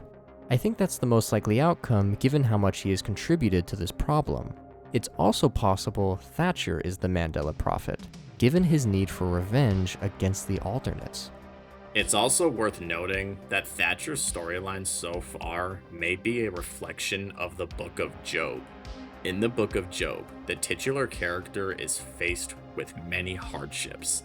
He loses loved ones, his wealth, his physical well-being, his property, and more, all for the purpose of testing his faith to God, to which he never loses. Thatcher's character is in a similar position, with Weaver being gone, Dave abandoning him and then dying, as well as his very pride being gone. The amount of missing cases and the terror the alternates have brought has torn down his pride and his sense of purpose. Yet Thatcher hasn't given up like the others afflicted with alternates. It's not entirely confirmed nor obvious, but their stories have many parallels in facing insurmountable odds, but never giving up. The story of Easter. This video is one of the shorter ones, but manages to leave an impact regardless. In this one, we are once again greeted by clips from the beginner's Bible as we see what looks to be two soldiers guarding a large rock. Their shift is quite long as it stretches from night into day. Hope the Emperor is paying overtime, especially as they start to notice a large rumbling. The two soldiers seem to be confused before the large stone they're guarding moves, all by itself, and tips over. Shortly after, one of the soldiers notices something. We then get a shot of an angel sitting at a tree, and considering that black sensor box, we should know who this is, especially when the soldiers pull a Scooby-Doo. Shortly after, Mary and her girl gang are approaching before the soldiers run past in fear. Entering the cave behind the large stone, the video is now in black and white. We can see what appears to be a large angel looking at Mary, who looks on in shock, and her shock brings about fear. The angel disappears as Mary returns to her friends with a smile in distorted audio. The audio is actually in reverse, which, when reversed, says, "Ask for forgiveness. Gabriel's returned." The video itself is entitled The Story of Easter, which is another decently commonly known story of the Bible. In this story, Jesus is crucified by the Romans and then laid to rest in a cave behind a large stone. The stone is so large, no man should be able to move it. So it should come as a shock when 3 days later, the stone has supposedly moved, and Jesus was no longer there. So how do humans celebrate it? We have an Easter bunny that leaves eggs and jelly beans for us. Makes sense, right? The video is, to the shock of everyone, another corruption of a well-known story. If the reversed audio is true, it is likely that this means Gabriel enacted the last bit of his plan from Overthrone, perhaps. We have already established Gabriel is evil and wishes to be worshipped. So it's likely this is another situation of Gabriel meddling with religion, and thus humans are now worse off for it. It's quite interesting the series remains true to the Bible and its stories, yet seems to make small factual altercations in its storytelling. It almost seems to imply that perhaps this history and the story of this world's Bible is in of itself an alternate of religion and our Bible as we know it. Mandela Catalyst. Our next entry opens up showing us the only recording of whatever the 2009 channel incident is, to which we find out is the report about Dave's death in front of what's now known as the St. Gabriel Church. Seems like this entry takes place immediately after Volume 4. Pretty soon the tape ends up glitching out, and a face begins to come onto the screen. I have a feeling all this traffic being directed to Mandela County is just going to spread the alternate takeover into more of the surrounding places, probably all a part of Gabriel's master plan. If all of this takes place after Volume 4, that means Evelyn survived her alternate encounter at the police station, as we see Sarah begin chatting with her, asking if she has heard from Adam at all. This leaves Evelyn to become worried something has happened to him, and you would think after Sarah's lecture to Adam she wouldn't be so vague about what's going on, but Sarah isn't giving her many details. Maybe she is trying to protect her from Adam's misdeeds, or something has already happened to Sarah. We then cut to camera footage from where I can only guess is Evelyn's home. It's unclear when this takes place, but the contents are certainly frightening. Adam calls out to Evelyn from the dark and asks her to come over to him. Evelyn asks what he's doing, to which he just responds that he wants to show her something. Some radio noise can be heard in the background, but we very quickly get this haunting scene. Adam? Who is that? The lights flash on, and we can see that same alternate that's previously been haunting Adam in the dark. Evelyn rightfully freaks out and yells out to Adam as to who that is. The lights flick on once more, and nothing is there. There's a part of me that's been thinking that is Adam, considering the photo we saw at the end of Volume 4 of Adam looks eerily similar to that of this alternate, but I do just think it's the Messenger Nun alternate we were introduced to earlier. Our next segment takes us into leaked audio from the Bythorn Hospital, as we can hear the nurses talking about Dave Lee. We get confirmation that Dave was dead on arrival, and his eyes are still missing. When they take a look at his brain, they make mention that brains are not supposed to do that. What could this mean? Maybe the blood from his eyes was his brain exploding. Their conversation then turns to what I can only imagine is the church, since they talk about how abandoned it is and that it's strange seeing a bunch of people there. One of the nurses also mentioned that everyone a part of that church had migrated to a different county, likely due to all the horror scenarios that likely took place there. Who can blame them, honestly? We then cut to this rooftop where we can see our good friend Gabriel hanging around, and given the text we get next, he's probably stalking Thatcher. Wake up, Thatcher. Can you hear me? I am your intuition. Do you hear the screams? Go and see. Sounds like Gabriel did exactly what he said he was going to do at the end of Volume 4, and that's go after Thatcher since he seems like such an easy victim. I'd beg to differ, Gabriel. Lieutenant Davis has gone through some shit and is still kicking. Who I imagine is Thatcher begins heading out somewhere in his vehicle, to which we see is a BPS van. Is this actually Thatcher? Given the brief look we see of whoever is walking through this house, seems to be him. What begins to play in the background is a story called The Fate of the Jester, which sounds like a direct correlation to Adam. The story talks about a boy who lays dormant with all his humanity drained, who is no longer the hero of this story, just a cog in the machine. Sounds like Adam, alright. Davis heads into the bedroom, and it looks like he finds Adam leaned up against the nightstand, and then we get our first jump scare of the series.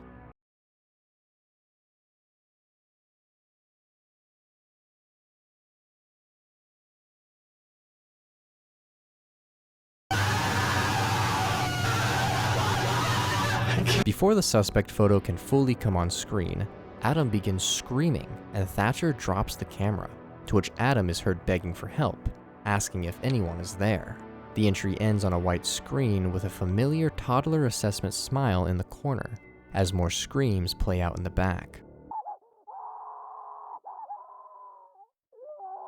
At first it's unclear what exactly is happening to Adam here, but when Davis first enters the room, there appears to be a bleach bottle tipped over. If Adam is slowly coming to the realization that he is an alternate, it's likely his next course of action was to down some bleach. I do believe Adam is dealing with heavy inner turmoil, not wanting to perform what Gabriel wants his alternates to do, and trying to maintain any humanity he has left. Adam's story so far has been arguably the most tragic, right next to Davis. Yeah, Adam is a sociopathic dickhead, but it seems he still tries to actively fight off his alternate urges, even going so far as to attempt to off himself to keep other people safe. If Thatcher was indeed the one we saw walking through the house, however, I wonder how he knew where to go. Probably Gabriel, if I had to guess. Presto. The first thing we see in this entry is a new ad for Mandela Tech, and like we heard in Volume 4, it's going out of business, which means there's a huge sale. I'm surprised they are even able to sell all this, considering last I checked, all this tech was banned.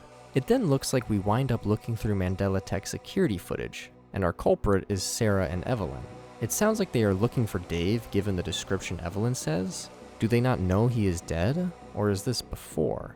Before we get too much of this segment, we end up cutting back inside Thatcher's vehicle, and it sounds like he picked up Adam.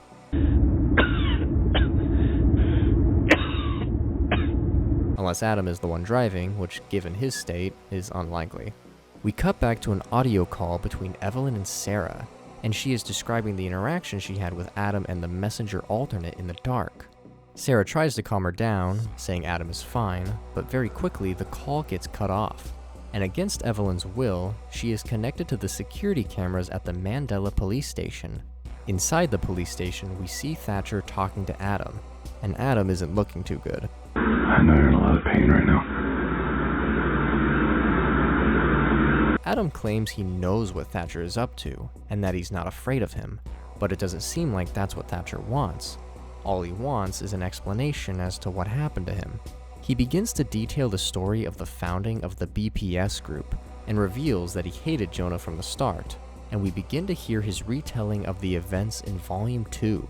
We got got an appointment from a woman, and we went to her house that night.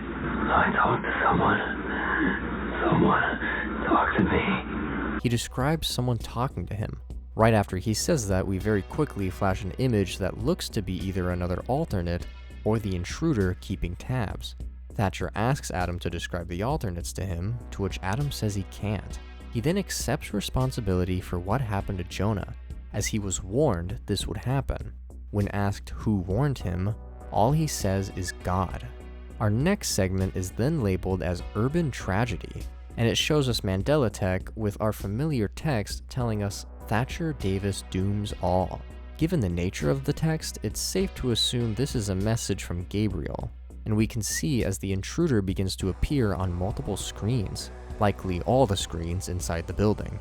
We then get more text that says, "You were so caught up in your own volition that you never noticed your world turning into a gray and twisted version of its former self." And then our entry ends with the not so happy face down in the corner. It's very likely this text is meant for Thatcher. It could be referring to Thatcher's desire to hunt down these alternates, that everything else around him is falling apart. His relationship with Dave, the loss of his old partner Ruth, basically nothing else matters to him anymore but his quest for revenge. Yet even though he's put all this effort into his cause, nothing really has been done yet. If anything, matters have only gotten worse. This one is very short, and I believe the shortest in this series. There isn't much to decipher, and it's likely just an ad or promotion for the larger entries. All we see is a distorted picture of Gabriel, another distorted photo, and a pixelated picture of the church Mark and Sarah were at in the photo we spotted much earlier in this video. A text flashes by that says, "Answers lie beneath." As to if this is a literal meaning and the answers lie directly underneath this church, I'm not entirely sure. Again, this video mostly appears to just be a video promoting the Mandela Catalogue, as opposed to making any official answers or plot progression. The next video is quite the change of pace from all we've seen, and also seems to be the most modern. The first minute and a half of this video is, well, vines. What the fuck, Richard? Yep, you heard me right. Vines. The text implies this video is happening in 2015, as these are, well, the funniest vines of 2015. And I can't help but agree. We even get a cameo from Filthy Frank, which is interesting because if I remember correctly, the lore of his universe actually included what was basically an alternate with Imposter Frank.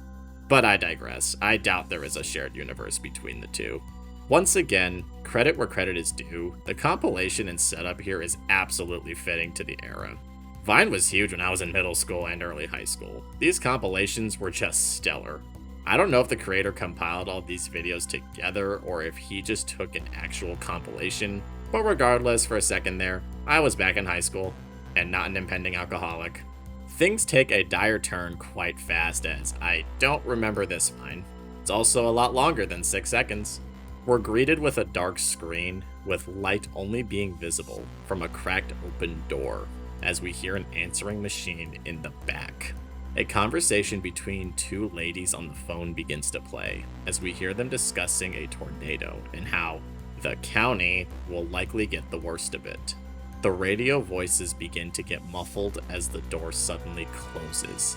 The conversation continues as we are now roaming through the hallway with whoever is holding the camera. We peek into a room and come to a hallway. The conversation is still continuing until suddenly the lights turn off and the audio abruptly ends. The camera goes further into the dark house. Eventually an image of what looks to be butterfly wings appears on screen. I'm not sure if I'm going mad due to the series. Oh no! But the design of these butterfly wings almost looks like a man extending his arms out to us. We then cut to the interior of the house again and see a clock. The clock eventually stops ticking. One detail of note is that the time is mere seconds away from the title of the video, 2:38. We see a lamp turn off and then a close-up of a door. Shortly after this, the doorknob turns and we are greeted by something very unexpected.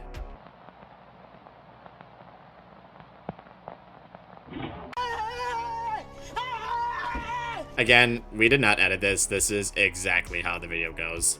The rest of the video is just vines and returning to my old high school days. Except this dude. Fuck this guy. Overall, a lot of this is unclear, however. We don't really get many answers to older questions.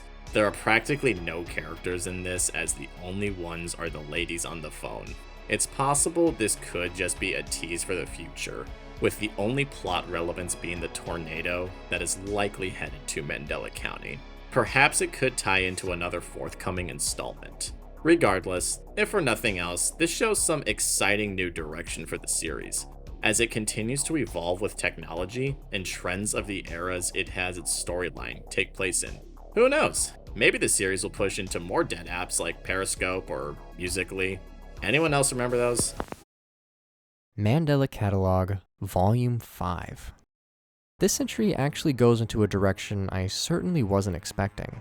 It begins with that 911 call between Jude and Thatcher, and then we find ourselves back in the Murray home before Thatcher went to investigate. Turns out Jude's disappearance from the phone call was him running out of the house. Guess the incident was too much for him to handle, which is honestly understandable. We then zoom in on this photo of Jude holding a baby Adam.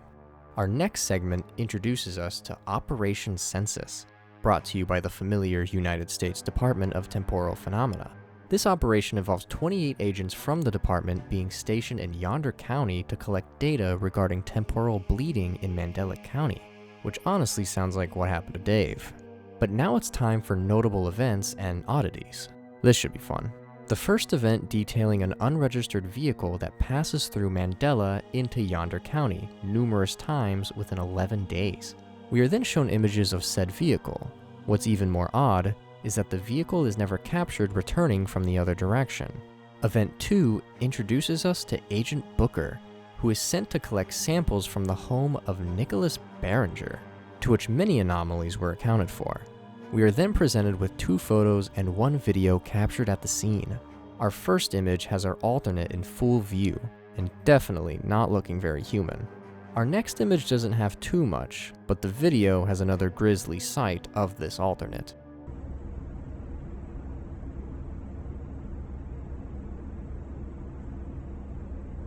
We then get shown his interpretations of the alternates he found within the home, and it looks like numerous were accounted for.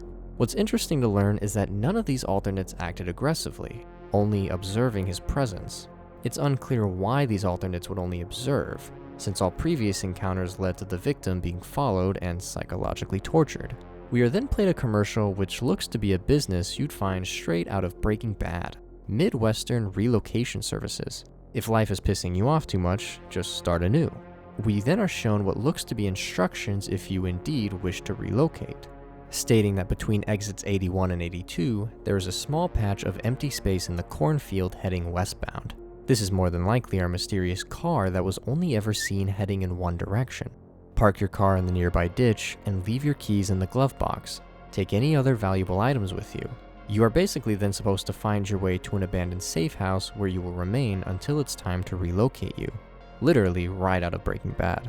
Our next scene shows us that Jude himself has taken a part of this relocation service. We see as he walks up to the safe house and finds his way through the unlocked back door. We get our haunting angles throughout the safe house as Jude makes his way upstairs, and the room he is met with only includes a mattress on the floor and an analog television. You might want to throw that out, Jude. We jump cut to him laying down and watching the TV, to which our next segment then begins. An ad starts to play, and it honestly sounds like a drug used to treat MAD. Given the side effects that get listed, it looks like our actor is literally going through these hallucinations that take him to the beach. We then cut to what is probably one of the biggest steps for the series.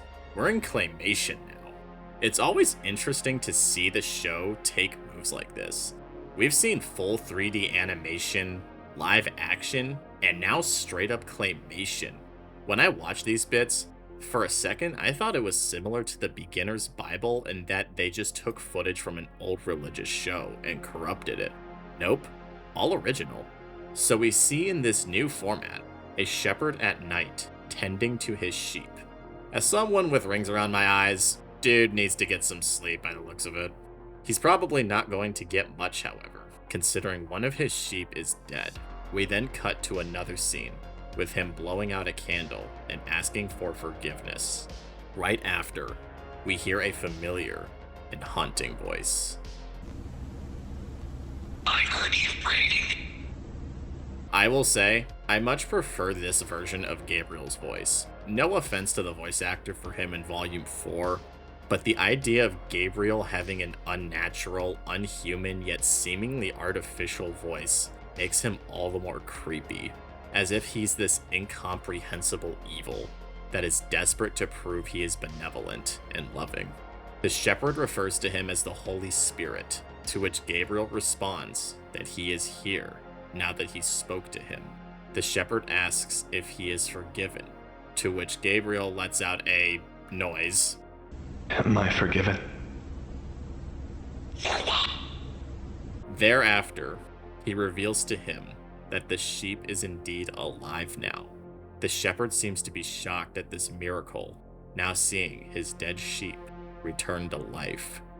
Once the claymation segment is over, we return to Jude, who's hanging out in the kitchen at the safe house. He ends up on the phone with who sounds like the head of this relocation operation, giving him further instructions on how to proceed forward, also including that this is his last chance to change his mind. He also reminds him that he should probably make some final phone calls so no one questions about his bizarre disappearance.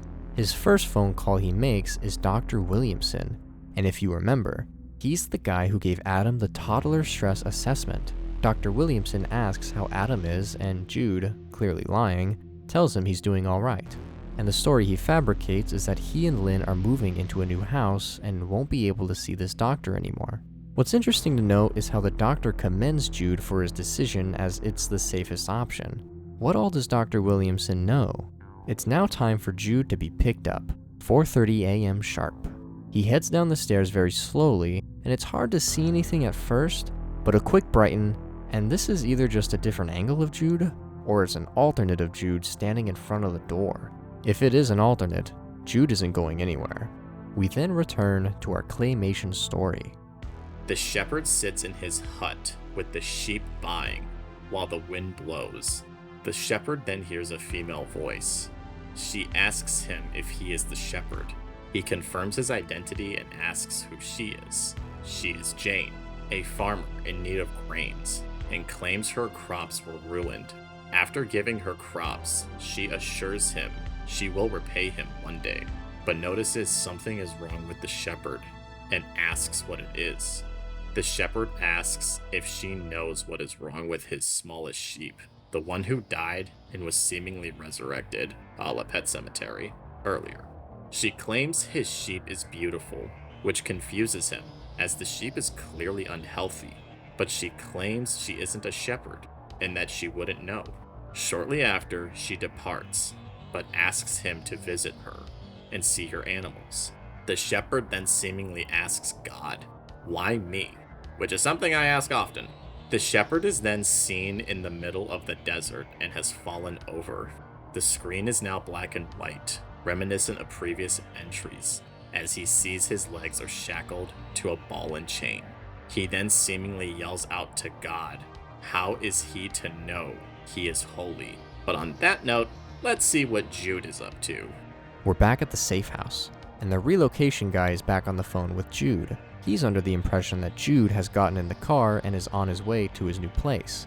Jude finally tells him that he couldn't leave.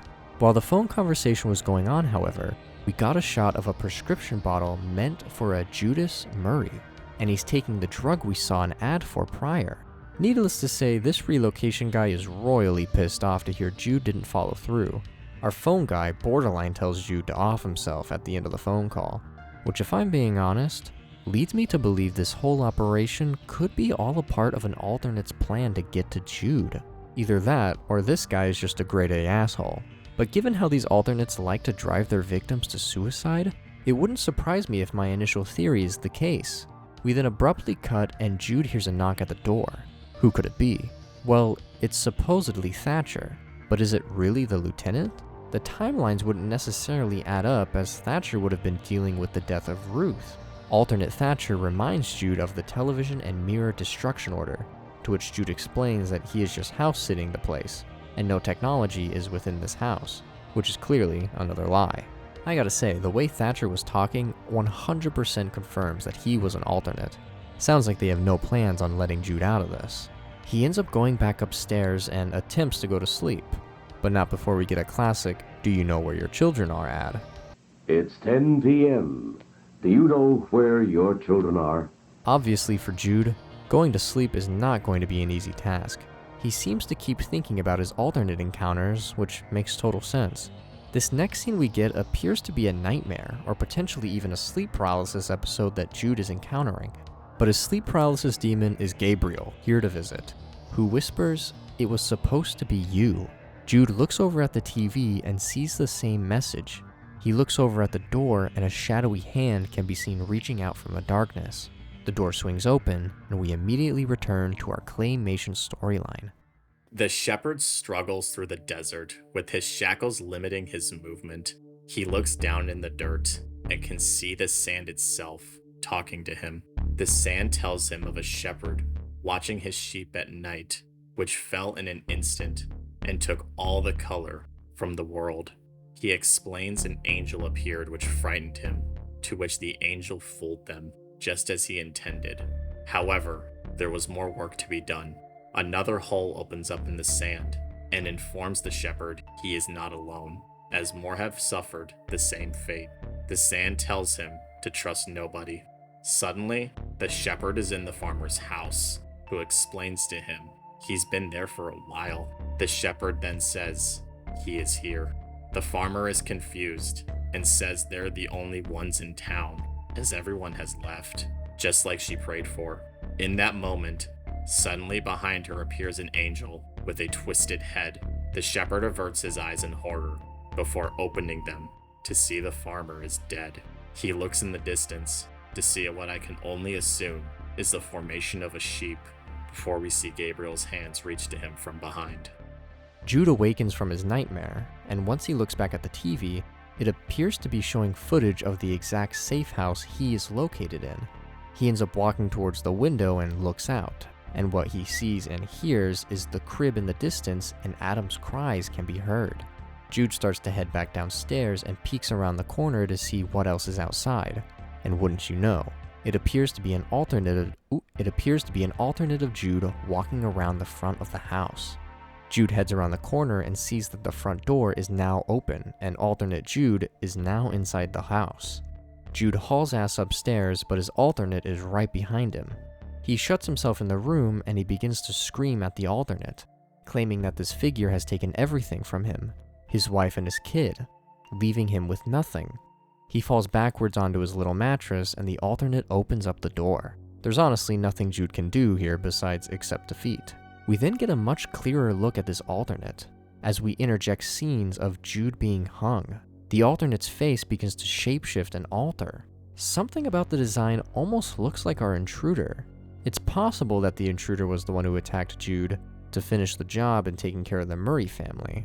But to end off this entry, it appears that Jude has taken a bunch of his prescription medicine as he cries out that it's inside his mind, leading me to believe he has overdosed and ended his life, which would fit under the classic style the alternates like to deal with their victims. Since Volume 5 is more so focused on Jude than anyone else, it sort of leaves us with more questions than answers, but it's still a very interesting development as we never really knew what happened to him until now. Something interesting to call back to is the message Jude saw where it says it was supposed to be him.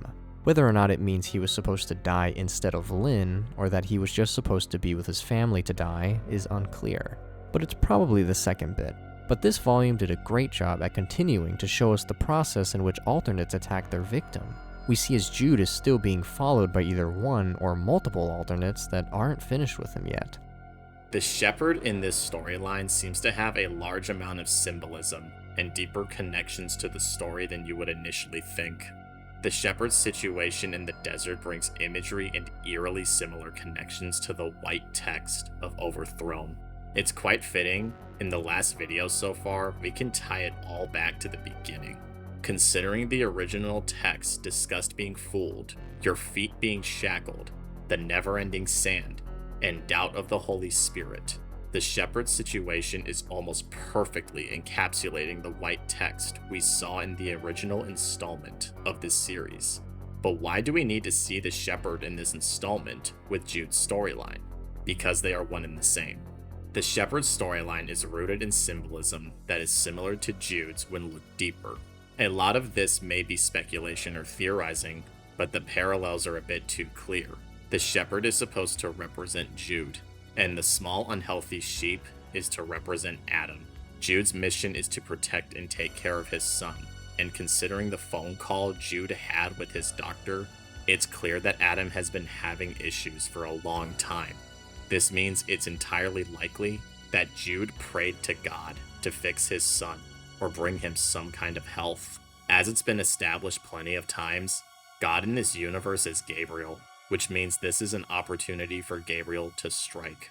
In the shepherd's storyline, after Jane dies, the shepherd sees what looks to be the sheep being created right in front of him. Considering this is Gabriel, and we know what he is capable of, this sheep is likely an alternate being made in front of him.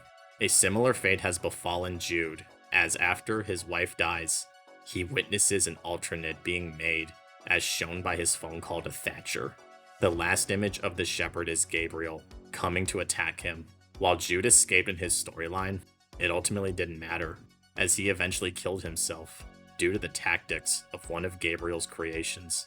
The last bit I want to touch on is Jude's relation to his biblical origins. Don't worry, this is your last session of church. Jude is short for Judas. In the Bible, Judas Iscariot betrayed God, or rather Jesus, for money. He is usually seen as treacherous, but also a coward. While Jude isn't exactly treacherous, he does seem to befit a more cowardly nature, as he's always running from the alternates. I don't exactly blame him, but considering Thatcher exists, he's got some competition. The other parallel between the two is their ending. At this point, suicide is just common in this universe, but Judas himself had a similar reason to kill himself. Judas was stricken with grief after betraying Jesus and tried to return the money he gained from his actions. After he was shamed and the money was rejected, Judas hung himself. Jude is similar in that he feels guilt over all that happened to his family, and in many ways, likely feels like he betrayed them and is a coward for running. His rejection of the relocation is similar to Judas trying to return the money, as both give benefit to them for their cowardly actions. While Lynn is the one who hung herself and Jude killed himself via overdose, it shows that Jude and Judas's storyline are one and the same. Both characters are stricken by grief and ultimately take their own lives, unable to repent for their sins. Now that we have finally caught up and finished what's up in the Mandela Catalogue, perhaps we can now go back and try and piece together a more cohesive order of events. Keyword try, since as we have learned, it's very extensive. The earliest trace of existence that we know of an alternate existing is when Noah builds his ark. Gabriel is enraged and punishes Noah with a curse that is presumably the birth of alternates, or at the very least, their survival from the flood.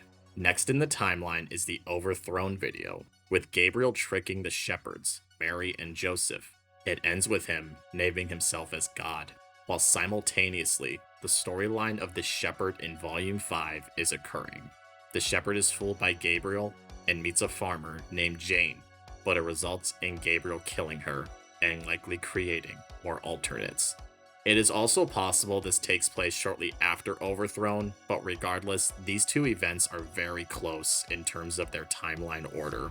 The last biblical event we know of is the Easter episode, that shows us Mary entering the tomb of Jesus and seeing what is likely Gabriel before he flies away. Once we are brought to more recent times, aka September 13th, 1992, we see his alternate Caesar tricks Mark into going into his house, which is all an elaborate ruse to pass the alternate on to Mark.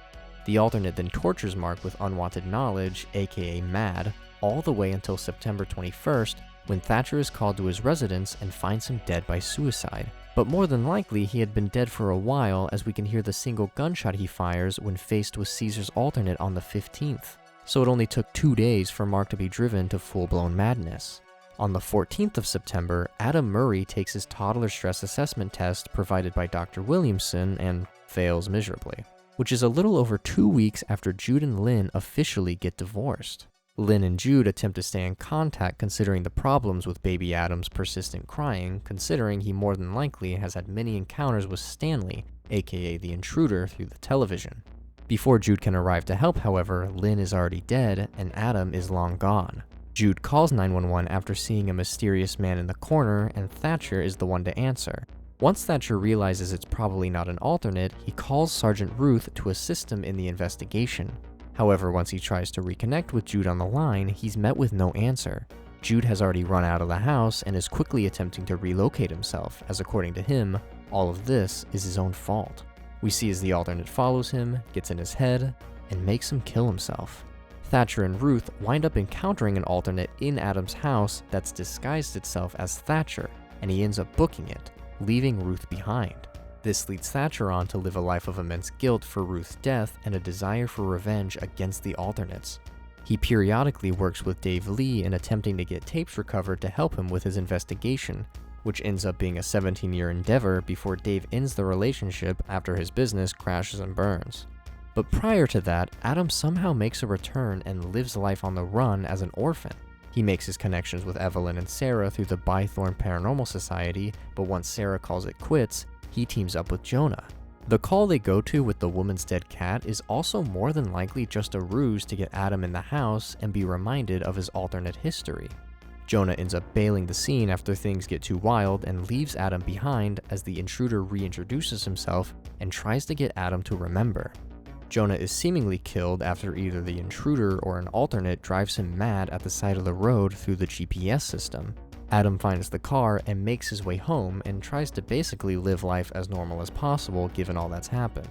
Time passes by, and this is more around the time Dave ends his relationship with Thatcher and takes up an offer to go work at the church.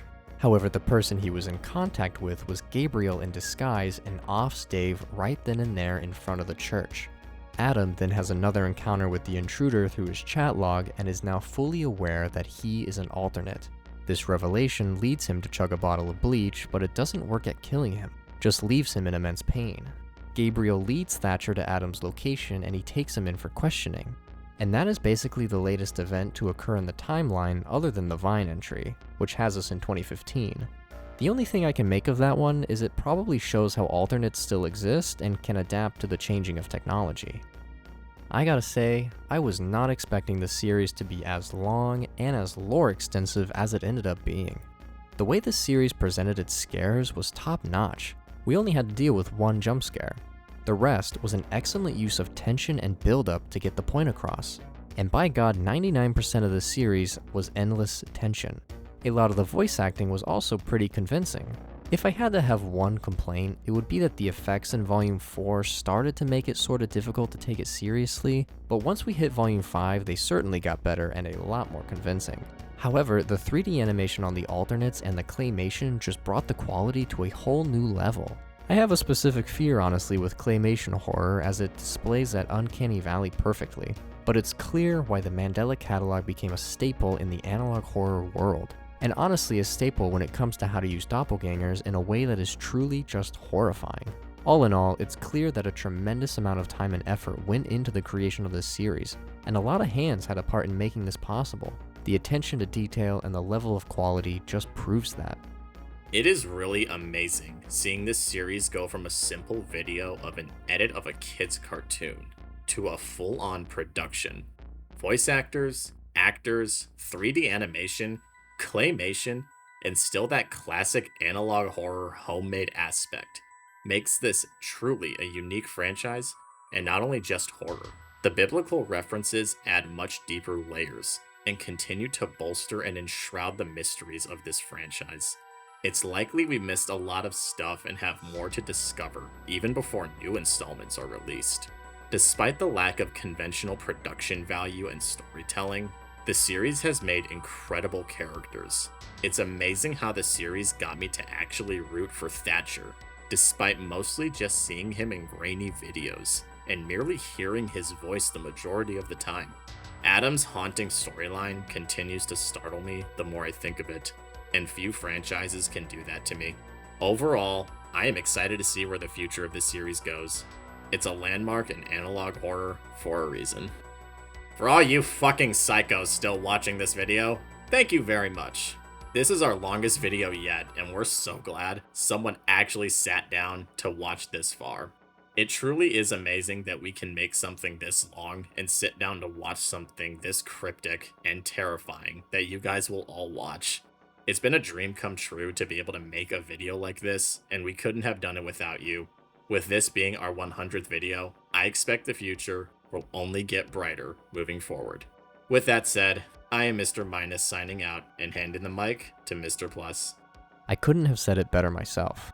We knew we had to do something special for video 100, and we hope you enjoy the extra extended edition of us covering a series that has been a long time coming. I'm sure there will be a lot of corrections in the comments of things we got wrong, but it was all a part of the fun to try and piece together this convoluted puzzle. Who knows, maybe we came up with theories you haven't thought of yet. Unlikely, but possible. If you are among the 1% of people who have never seen the Mandela Catalogue, I can't recommend it enough. Like said prior, if you somehow managed to make it all the way to the end of this video, I truly thank you all for watching. If you enjoyed, be sure to hit all those neat buttons down below as it truly helps us all out. If you have any more recommendations, be sure to leave them down below, whether in the YouTube comments or in the community Discord server. But if you'll excuse me, I see someone that kinda looks like me, and I need to go investigate.